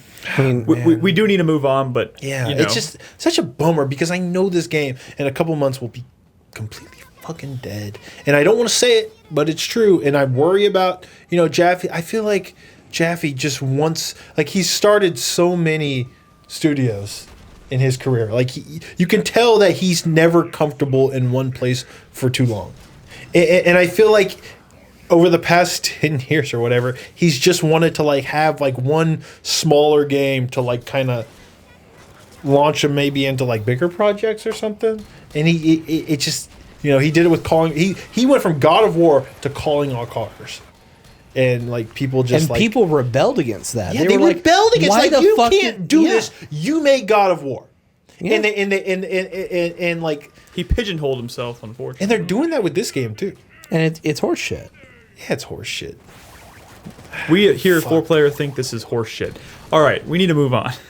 Were there any other games that we want to talk about? We do have a few news topics to get to before we... Can I say one last thing?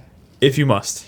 There is, like, they've been supporting this game. They've released 2 new maps post-release. They had Easter content. Easter content? They released a map this week, which I played yesterday. It is called Vertigo, and it's like the dude, who's drawing all these things, did, like, some MC Escher, like, type shit. Or, like fucking Inception. There's, like, buildings, like, stairwells coming from, like...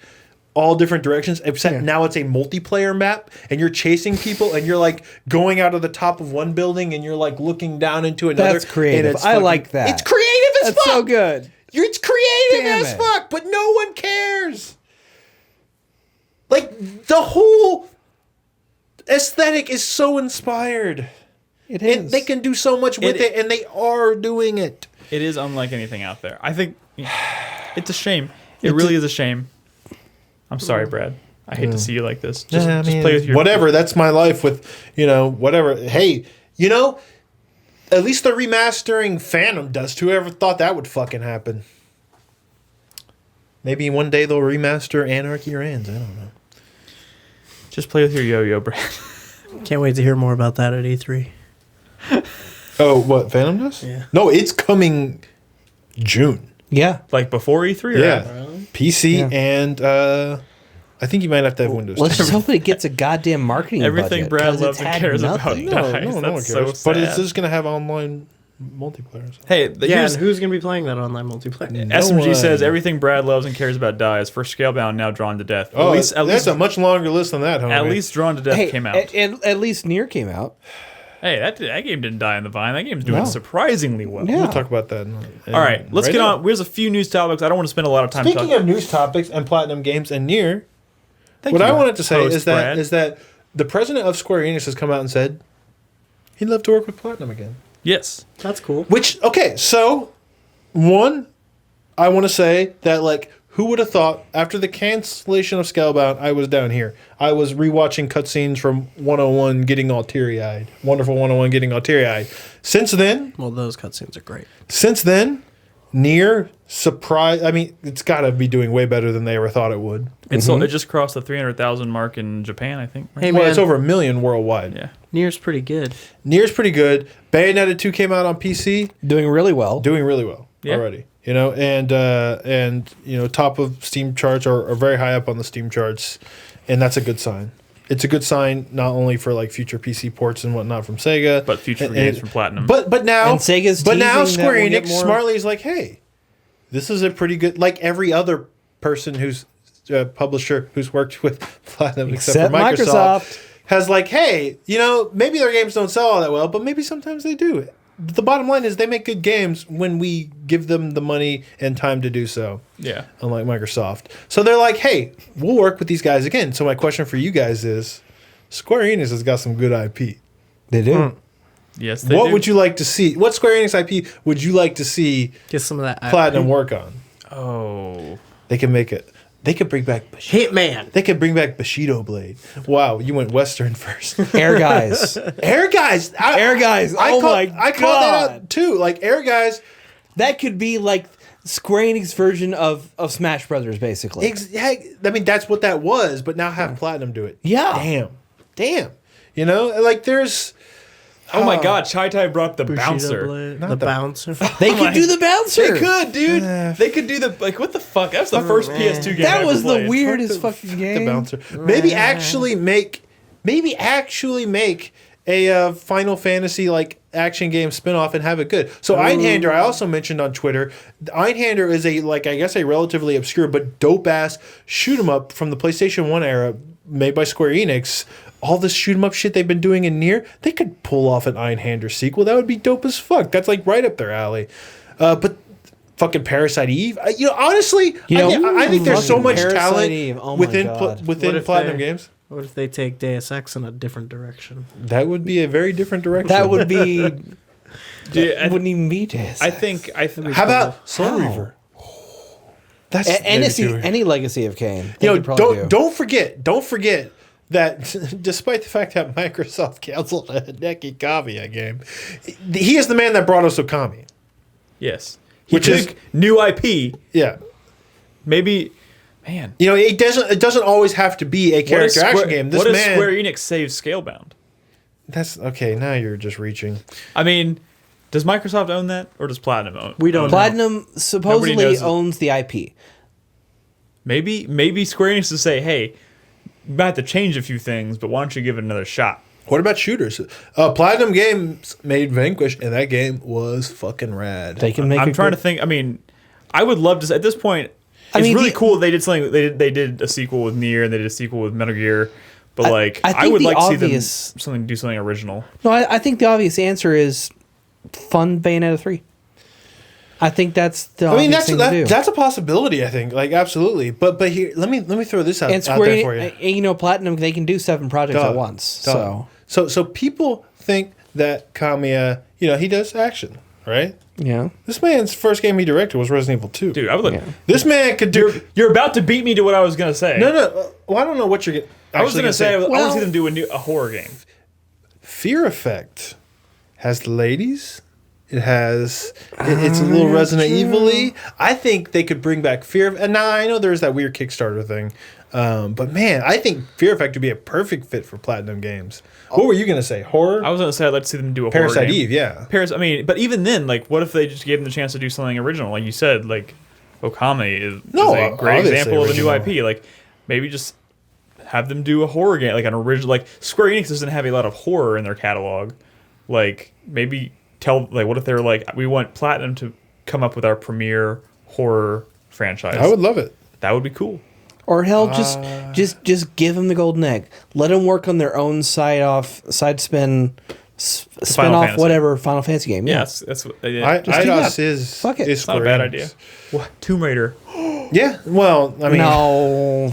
I mean, hey, I would fucking love to see a Tomb Raider game for Platinum Games. Honestly, no, it would be insane. I mean, it's not like current Tomb Raider is very Tomb Raider-y at this point. I would love to see more see of a survivor game. Yeah. I would love to see Platinum Games do just about. They are a fascinating studio. I would just love to see whatever the fuck they do. Mm-hmm. Anything would be interesting. It'd be cool, a big open RPG where you have your own dragon. Shut the fuck up, Brad. Shut the fuck up. Fly around on it. Shut the fuck up. You fight big kaiju. Well, I mean, I don't think you have to worry about them getting work, and I don't think you have to worry about them which is good because I was legitimately 5 years. worried about that. Yeah, they'll come out with 18 projects in the next 2 years. I wouldn't be surprised at all if we hear another Platinum Games announcement at E3. No, I think we absolutely will. Yeah. Front Mission.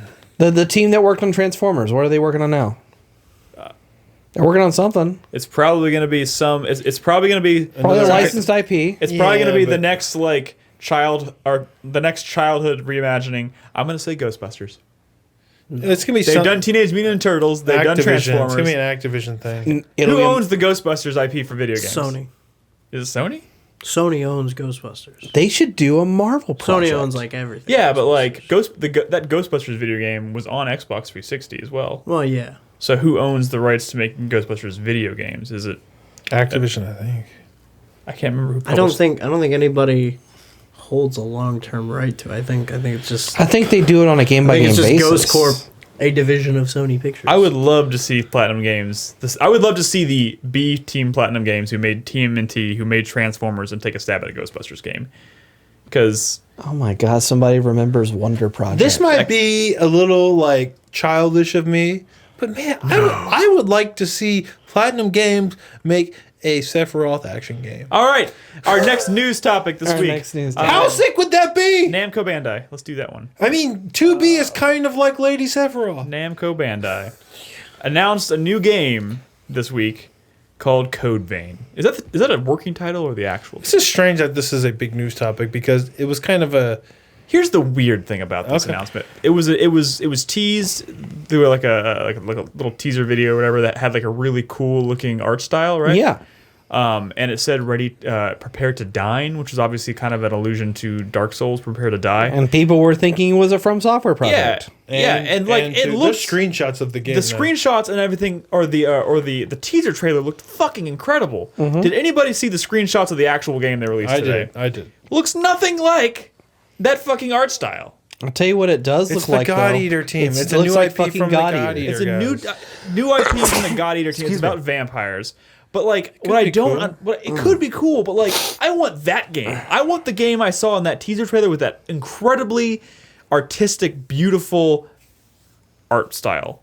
But instead, we get this like super like weird anime looking, like blend of like realistic and anime characters with like fucking, I don't even know, Armor up to their chin. armor up to their fucking, like, it doesn't look anywhere near as appealing as that original trailer. I'm hoping that maybe I'm just missing something. I thought we were gonna get a trailer today, but we just got screenshots. So I'm kind of hoping maybe there's gonna be a wider reveal that maybe ties these two things together and Dude. makes more of a cohesive project. It's announcement season. Just give them time. Yeah, they're gonna Yeah, have but like- Bloodborne at E3, and But you'll that be happy. screenshot, those screenshots, there's like several screenshots of the game, and it looks absolutely nothing like that original trailer. Whatever. I mean, Just- Which it's only probably came for out the days fucking Vita before. or some shit. Like It's- literally, like 3 days ago, we get this beautiful teaser trailer, and then they show us the screenshots that do absolutely nothing for me. I'm not writing it off because the gameplay could be cool, and maybe I'm just missing I something. mean, have you heard about those God Eater games? The truth is, Nick, I've never played a this God thing is Eater probably game. going to drop off your radar. But I bet like people are going to like play this Have and you- say, you know what, this is pretty cool. But no one's going to play this except us because we're the only people who care about this. Have you stuff. played a Monster Hunter game? No, and It's basically Monster Hunter. It's definitely style. it is like, officially structurally fallen good. off my radar. Well, Monster Hunter is amazing. All right, what's Is that the because of that?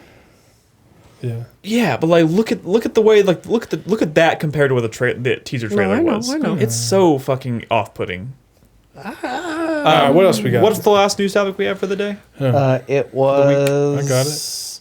I This got one. Oh yes, who put this on there? Somebody. I probably did. Nick's just racist. Oh, the against SNES Mini. anime. Yeah.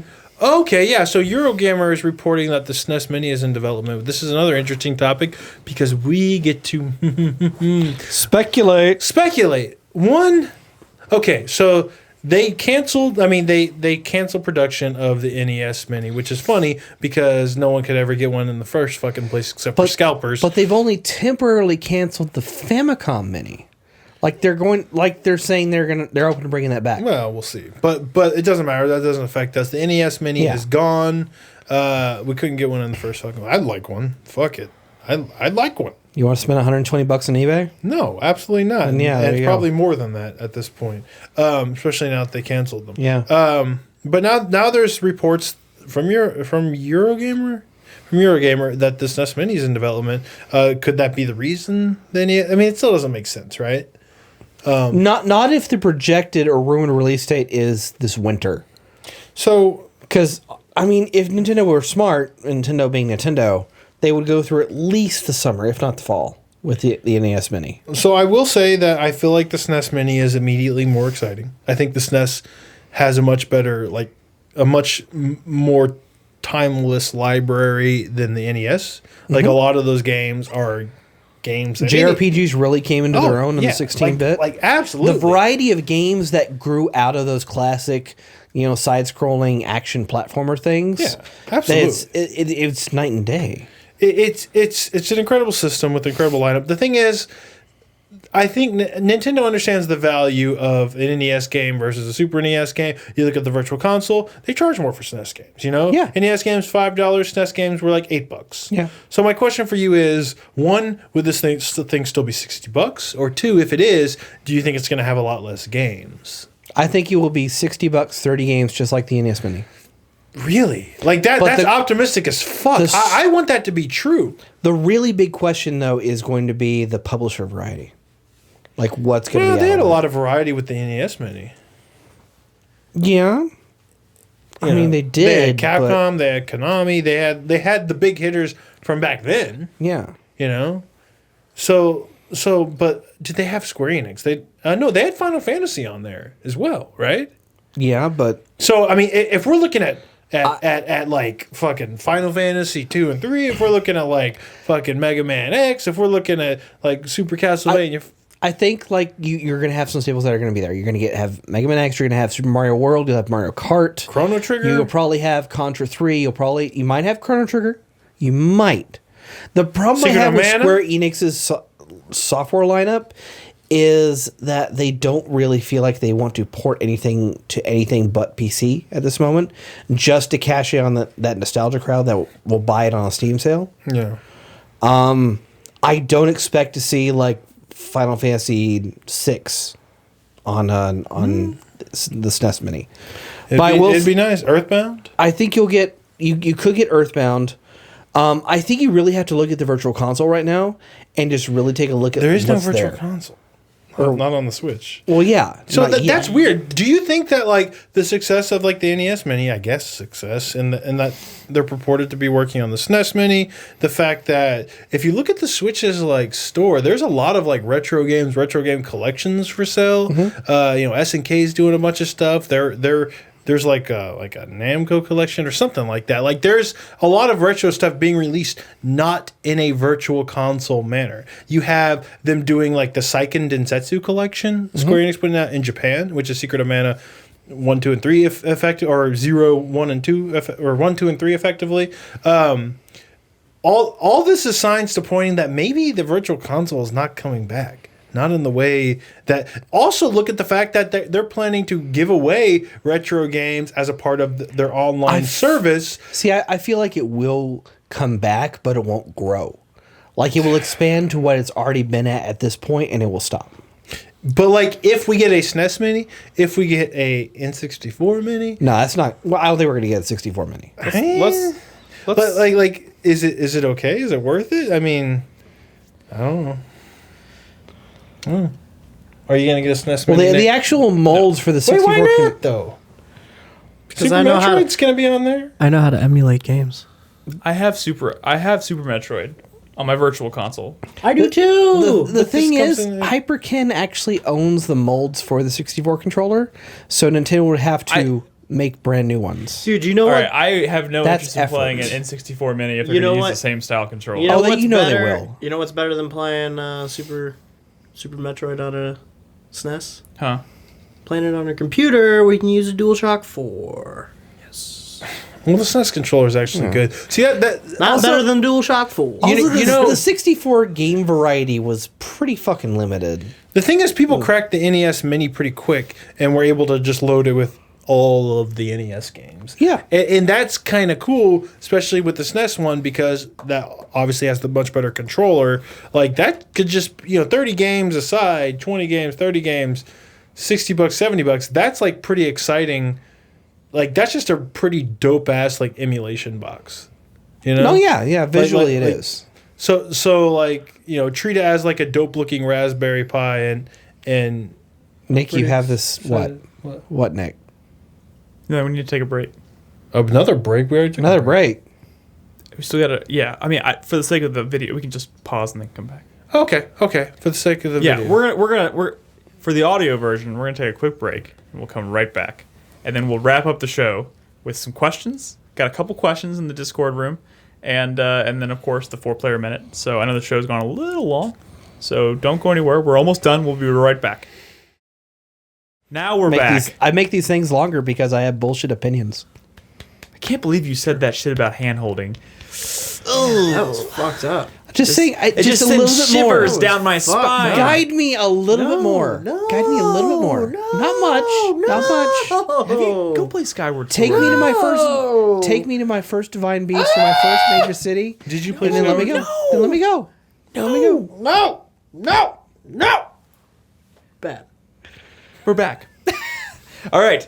As I mentioned at the beginning of the show, we're doing questions this week a little bit different from if you're a supporter on Patreon, you can officially jump into the patrons room in our Discord. That's discord.gg/4player. If you want to leave a question right now, you're welcome to. We have some questions from our patrons to answer. We do have one new supporter on Patreon this week. I'm saying that there's two, Nick. Oh. I was like, fuck yourself. Jules, thank you, Jules, for supporting us on Patreon. We really He's appreciate- donating a few of his jewels. Jewels or like jewels? Like, is he giving us riches or power? You say Jewel. I assumed it was a lady. Balls, testicles, Y'all assumed it was a he. I assumed it was a she. I have no idea. But It that would just be the says Jules. family jewels. Did I- This is just jewels. Did I say? Everyone said Oh my he God, except for me. I thought it was a I she. assumed. I'm I have no sorry. idea. I don't want- Jules is traditionally a man's name. It's Jools. It could be a surname. Jules. Jools. I don't even know if it's an actual name. It could be like a Jules. fake. It could be like their username. I don't know. If it Please, write back to us. Let us know. We don't want to assume your gender. Please let us know. Actively correct us, please. We are always wrong. I wonder if this person is watching live right now. Anyways, it's Kilojoules. all right. We have some questions in Discord. Again, this is my fault. I didn't get the questions posted up on the activity feed like normal. It'll get back to normal next week. But this week, you can jump into the Discord channel right now for patrons, and you can ask questions. We will get to as many as we can. There's not a whole lot, but first one comes from SMG Sterling, who is listening right now. He's says, watching us. So what's everyone's favorite pizza toppings? There was an hour-and-a-half long chat about this earlier today, and apparently everyone hates mushrooms.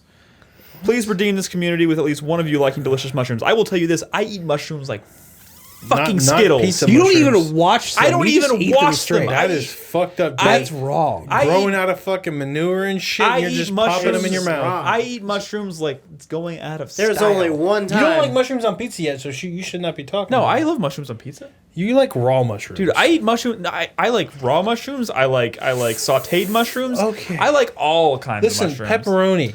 Moving on. He likes psychedelic mushrooms. He likes mushrooms that are Dude, dipped I've in been going chocolate. to Blaze Pizza. Blaze Pizza is that pizza place we went to in LA that one time when we were there for E3. Yeah. They have one in Austin now. I've been going there a lot. Where's that at? Who fucking like one pizza topping? Bullshit. I put pepperoni, two kinds of cheeses, bell peppers, mushrooms, pineapple, garlic, basil. But all listen, that Nick, shit. it's a fucking pizza. It's not a plate for other shit. It is An edible plate. It is an edible plate made pretty for as much much is, shit as I can fit But on it. listen, It's if not. Pineapple. Oh, but then all the fucking toppings, like in the center of the pizza where it's the weakest, it can get all like soggy and floppy. I never You're had that terrible. problem. If you can only And then choose you one hold, like, a topping single ever. slice and it's got a bunch of shit on it. I never had that- How do you? I like, never had like- that problem at Blaze Yes, Pizza. I you know this do. is like a shameless plug for Blaze you Pizza. Let me but, ask you a never had question, that problem Nick, with Blaze. and everybody else in this room. If you could, the only time you can eat any food in the world you want, but the Okay. only time you can ever eat pizza for the rest of your life, it can only have one topping. The answer is pepperoni. Absolutely. That is the correct Move answer. the fuck on. Absolutely. I mean, Onions are also good.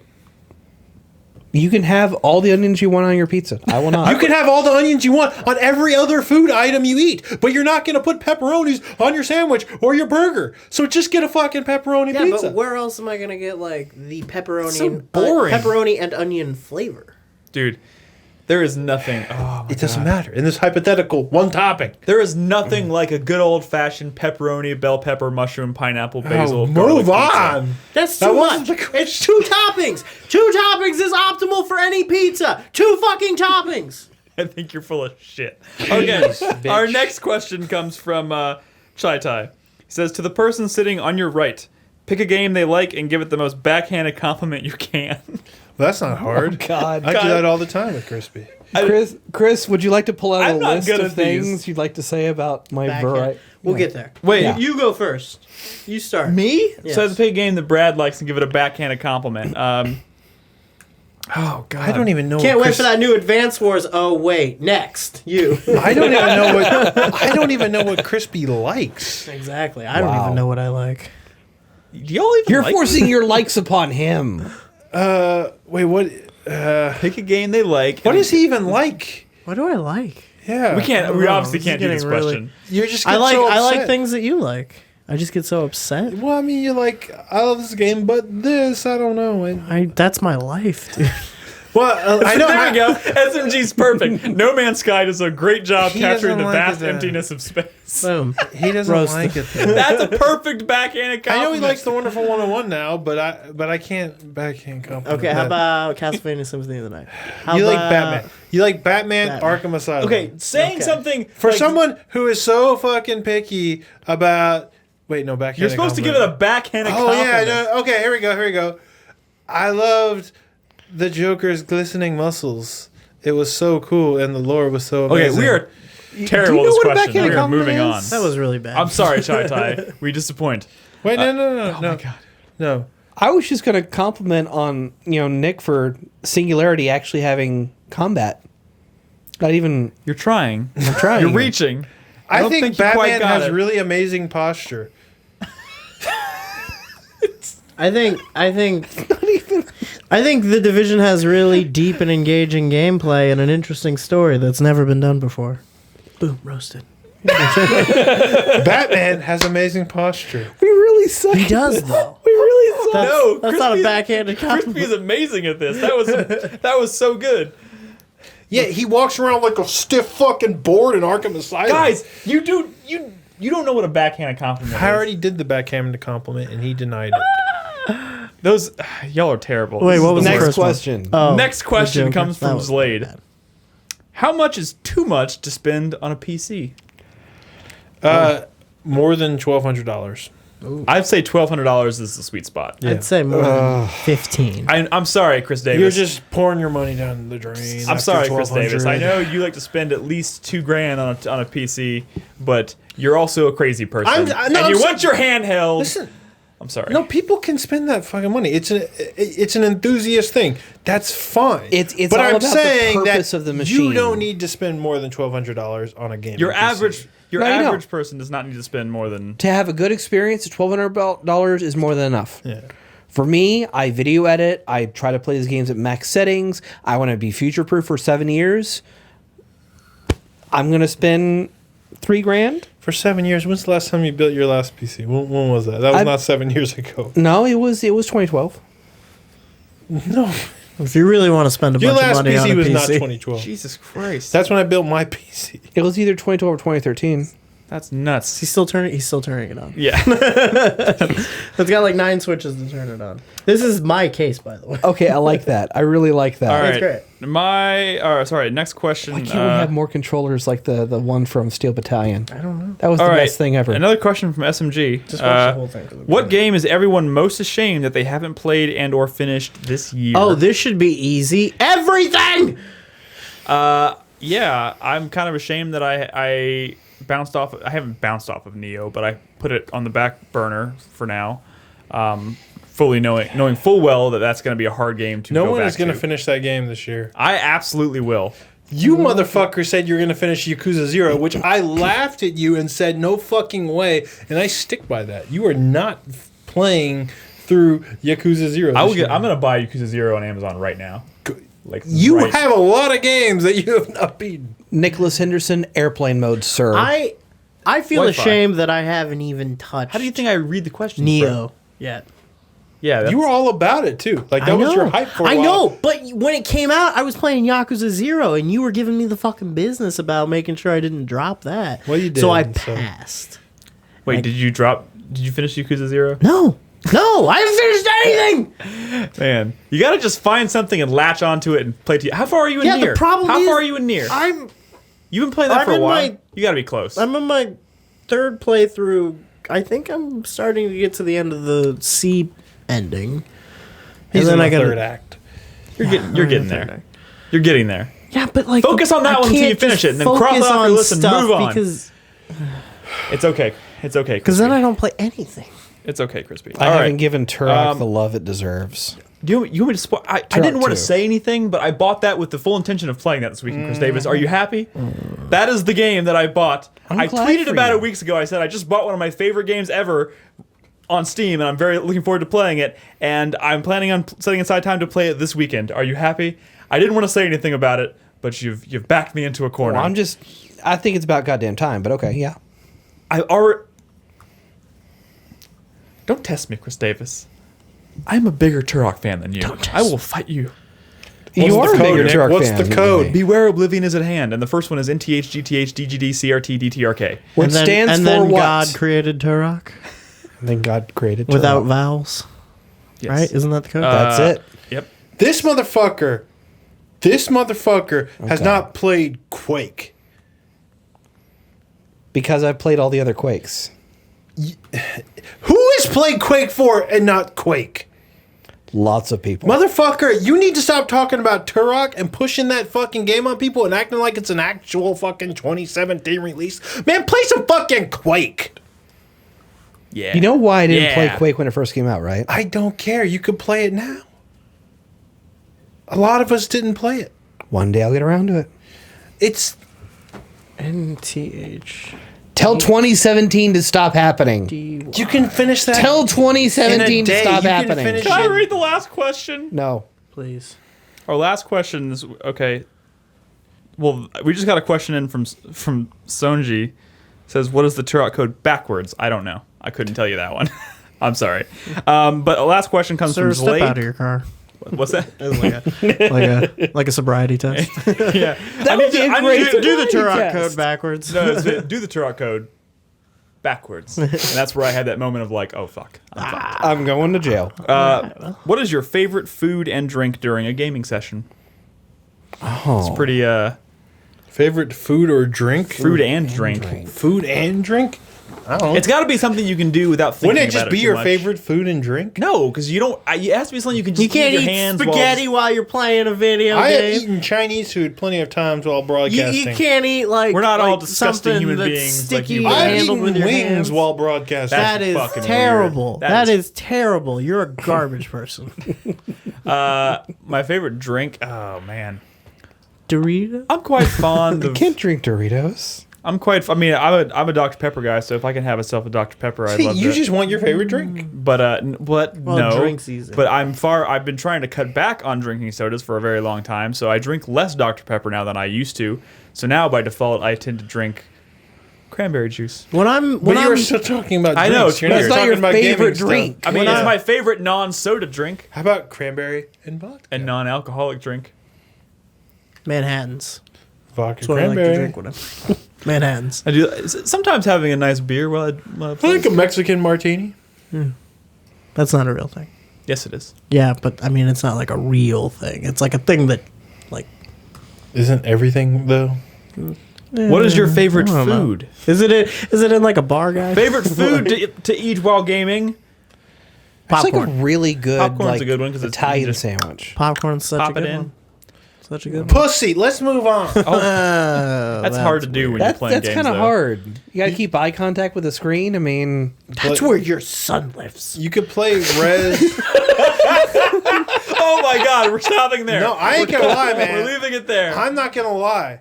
I went to the doctor today. Was God. watching the Oh my God. watching the ultrasound. What's happening? And they're showing the insides of my wife, and like, there's your baby's head. That's the cervix. He's really close, and I'm like, baby, you stay the fuck in there. You're ruining my life. What? What are we talking about here? What are we talking about here? I think we're talking about crowdfunding I like a have, like, at flashlight least for 4 you. more Is that months, what right? you need? I have at least 4 more months, right? She made us a video. I have a video of my wife's insides. Oh my God. Okay. That's a weird way to phrase That's a really that. weird way to phrase that. That's a Oh pretty good my boner God. killer. I will say probably. Goodness gracious. Okay. Of like her guts, or Like the inside, the ultrasound. You know, entrails, everything. The fucking ultrasound. I don't know. oh my god, It's weird. can we talk Anyways, about To something see the else? skeletal structure of your child. Thank you Incomplete. so much for all the questions. It's been fun. Thank you for supporting us on Patreon. If you have any interest in supporting us going forward, you can find us at patreon.com/4player. And I think it's time to wrap up the show with the 4-player minute. Oh, I forgot. What do to you say? do that. What's the 4-player do that. minute? We're each going to go around the table, say our hype, sweat, thank you, and buck you of the week. Brad, would you care to My start thank us you off? goes to my child, who can't get a decent fucking picture of the fucking thing because he moves so damn much. That's a good sign. He's a wiggler, man. He's hyperactive. Have fun with that. Yeah. You just did yourself in. No crib can hold Moves him. around. Now I want to thank my parents for letting me dog sit such a lovely dog. Gigi is such a wonderful, She's a nice dog. wonderful, sweet dog, and I feel like she looks at my dogs like You should trade. pretty much that. My hype is my hype is for Lady Layden. Now, we could have brought this up in the news, but I didn't think it was that big. They announced that Lady Layden is coming west for mobile. It's coming out for 3DS and mobile. It's Professor Layton, but with Lady Layton. Yeah. It is coming west, but as of now, only on mobile in the West, which is fine because that works on mobile. You know, that doesn't need to be on a 3DS. I honestly can't wait for that. I mean, That's what it's a visual novel, so. My sweat is for just the future of Switch content. Is it going to have a traditional virtual console? Is it going to have traditional handheld games? There was a Nintendo Direct that announced a bunch of new 3DS games. I'm still a little iffy about that. Worried about that? Still a little weirded out and worried about that. But I guess if you have a 3DS, there's some cool shit coming soon. Like, they changed the name of that Pikmin game to Hey Pikmin. Hey Pikmin. That's weird. Kind of like Where the fuck is Pikmin 3? Pikmin 4. I mean, that's most certainly coming to Switch. My thank you goes to all the people in the community who have been my faithful combatants in Drawn to Death. I know there's not a lot of you out there, but when I put out the call, you guys show up, and that's great because I think without you guys, maybe I wouldn't be playing this game because there's no people out there playing, or they're fucking assholes who play every day and they'll rip my ass to shreds. I don't know. And my fuck you for this week goes to Parappa the Rapper. Why is it not Parappa the Rapper? It's Parappa the Rapper. I couldn't tell picked up the remaster of that game last week, and I played through it. The first time I've ever beaten Parappa the Rapper, because back in the day, that game was fucked. It was like the first music and rhythm game, and it was fucked. It was like it didn't make any sense. It didn't work. I couldn't play it. Like it's the freshest game. It's so good. fresh. Fresh. It's so good. It's these great songs, these great characters, great story. It's so honestly kind of inspiring. But I figured something out. I figured out that the game is fucked, and the only way you could be successful at it is if you take it down to its level, and you got to be fucked. Brad. And I figured it out. There's a story to be told in my playthrough of Parappa the Rapper Remastered. It's going up on YouTube soon. So for all of you to enjoy, but fuck that game, and most importantly, fuck that stupid fucking chicken stage with the fucking cooking chicken. That stage can go fuck itself. She's like, I'm not a turkey, you beef jerky. What does that even mean? Fuck that stupid chicken. Well, you don't cook chicken like you'd cook turkey. No, you don't. All right, Crispy. Brad, maybe you're just bad at rhythm games. No. Hey, no. listen. I mean, hey. That is not this at all. It is not this. One of my favorite highlights of you is you playing Rhythm Heaven. Yeah, but that is a well-designed rhythm game that's hard that I was bad at. Parappa the Rapper ain't that, my friend. It ain't that. You need to watch those videos. All right, guys. Keep it on track. Crispy. Hit us up with your 4-player minute. Okay, my hype this week is for Flinthook to when it starts getting better. Not that it's not good now, but I want to get past where I am. You want to get now. over the hump. I want to get to the point where it's got its flint You could hooks in me. say you want to get. I think he wants to punch you right now. No. There is a nuanced response to that, and it is that I don't think Look what Funky that Duck the said. entire I don't think that the entire issue is that like I need to get good. I do think I do need to get good, but I also need to get my character good as well. Does that make sense? Yeah, It does. That's what I want. combo of both. That's what I want. My sweat for this week is, man, got me thinking about Neo. I haven't even started that. I was really excited about that game. You should be. I'm really There's still time. Just focus. Stop caring about Focus, that. Crispy. You want to feel that sense of accomplishment? Finish Nier. I know. Finish Nier. I'm You'll be like, close. I I'm finished close on something. Nier. I'm close on Nier. Close the book on one. Nier. And then go back and play another Castlevania game or a Metroid game. Yeah. Hey, Brad. Nice breather. Need to go back to Yakuza at some point. We'll get there. My my thank you for the week goes to. Have you played Metroid Fusion? I haven't. No, I haven't. I don't know. I'm not grateful about anything. I feel like that you And say here that it every is, week. Thanksgiving. And that's so I don't depressing. like. What am I like? I don't know. Aren't you thankful for being almost fully moved in? to your new Life is place? pain. Yeah, but I did that. Thank yourself. I'm thank you to me. Thank you to Before you wreck me. yourself. Thank you to. You can thank yourself. Thank every you to once in a Brad while.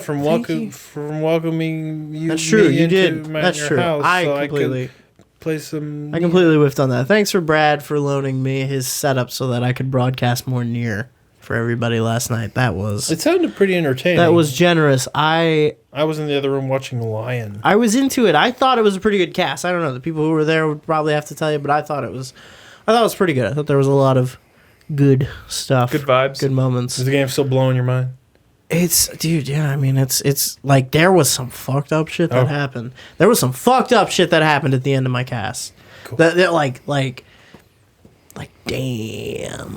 damn, you took it there, Yoko. You're fucking crazy.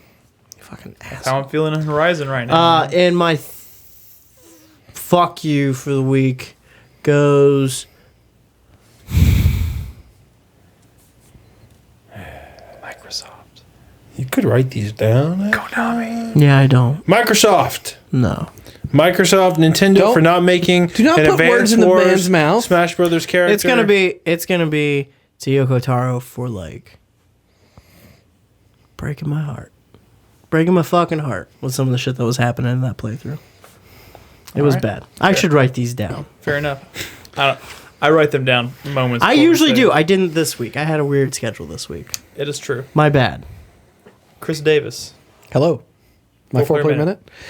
My hype this week is to the media event of the year. The greatest thing that has come out this year and will never be the surpassed. Xbox If you say QuakeCon, press conference. The return of Mystery Science Theater 3000. Yes. Oh my God, it has Your been thank wonderful. you should be to me because I'm part of the Revival League. My name's in the credits on It one of the is? episodes. Nice. Yes, I have the T-shirt. I've got the fucking card in my pocket. But Show the us the question card. is, have you watched it or is it on your list? I've watched 4 episodes already. I've watched the first 2 episodes. First one was Reptilicus, and the second one was Cry Wilderness, and it has been an absolutely wonderful delight.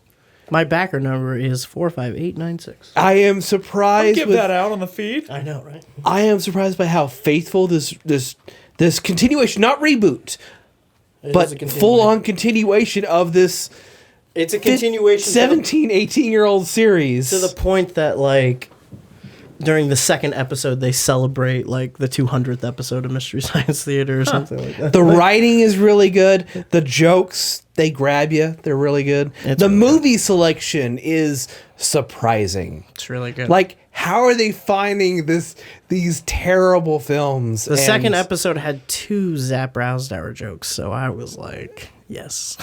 Oh, I have no fucking- idea what that means. Because you didn't watch Mystery Science Theater. I know.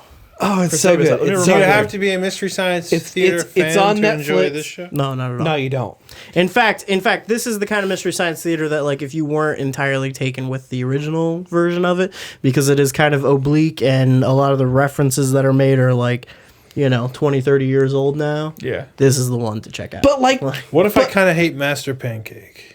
then Well, then you're you just a are fucking dead monster. inside. Chris Davis, let me isn't remind quite you, as this is a raunchy as 4-player Master minute. Yeah, but I had to. Nobody was talking about Mystery Science I Theater, know, and I I had know. to.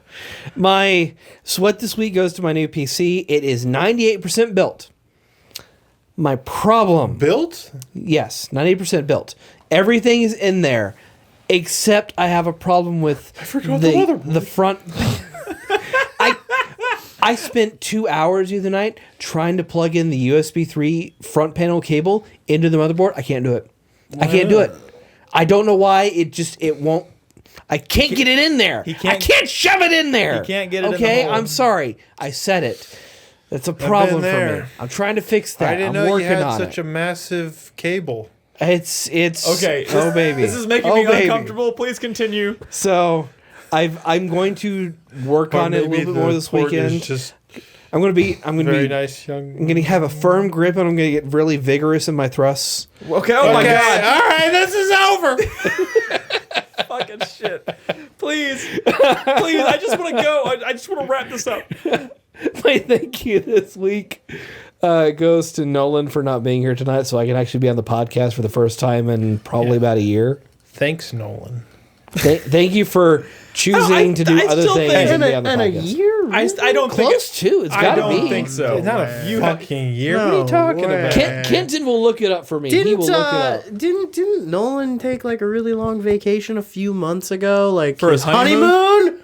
Yeah, and we had like Jack on, and we had You were on. Carlos on, and You were on during that. Okay. I just feel like I'm so lonely and dead Well, inside. you know, Bob and Joseph are just a text away. Come on, guys. Focus. Focus And now.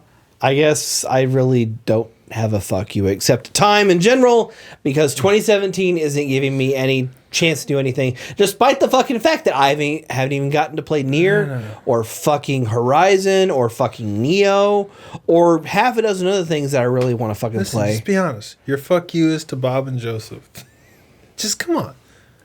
You know, No, to no, fucking they're good people. Do my fucking 4-player Refactor minute better be now. fucking if good. you can, Nick. Call them out right now. Refactor better be fucking good. You're killing me, guys. All right, Fucking better, bitch. Can I go? It fucking better be. No, we have to talk about Mystery Science Theater more. I have 4 hypes this week because I don't feel like being a Debbie Downer, all right? 4 fucking hypes. First hype of the week, E3 is right around the corner. I'm getting very excited. Not only is this an exciting show because there's so much unknowns, like I don't know what we're going to see. There's going to be a lot of announcements. So, very, very, very excited about that. I'm also excited because this is the first time that all 5 of us are going together. So that's a, First Oh my time. Oh my god, it is. My final E3 before a child is born. yes. Let's hope there's it'll be- many We'll have it'll to more. be get him fun- a onesie or something. It'll be a fun, special E3, I think. I'm very much looking forward to it. My second hype goes to Prey, which comes out May 5th. Mostly because hearing people talk about it, and after we played it at that preview event, getting pretty excited. It deserves more hype than it's getting. It does. Yeah, especially because Dishonored bombed, and now I'm sad. Yeah, so I mean, it's Arcane. It's also like I have a feeling I'm probably gonna play that before I get back to things like probably before I get back to Persona or Nier, because by the time that game comes out, you know, I'm just gonna focus on that. I feel like I can finish that one faster than the other stuff. So You think you can finish Nier? no, I think I can. Oh, I think I okay. can finish Prey probably faster than I could. Oh, finish. that's not what I heard. I mean, I heard it's like 20 hours. I heard that's like critical path. We'll see. I think you heard it from the exact same place that I heard it from. So I'm. Yeah. I know what you you're listen to saying. that. Point is, I'm excited to play it. My next hype is for Outlast 2, which comes out next week, and I will be doing a special broadcast of it.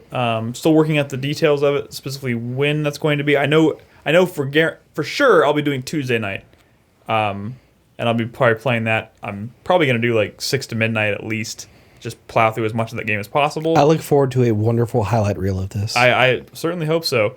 And possibly even Wednesday night as a continuation. That part is not 100% yet. But the point is, I'll be playing Outlast 2 and talking about it on next week's podcast. I've been very much looking forward to this game, so tune in next week for that.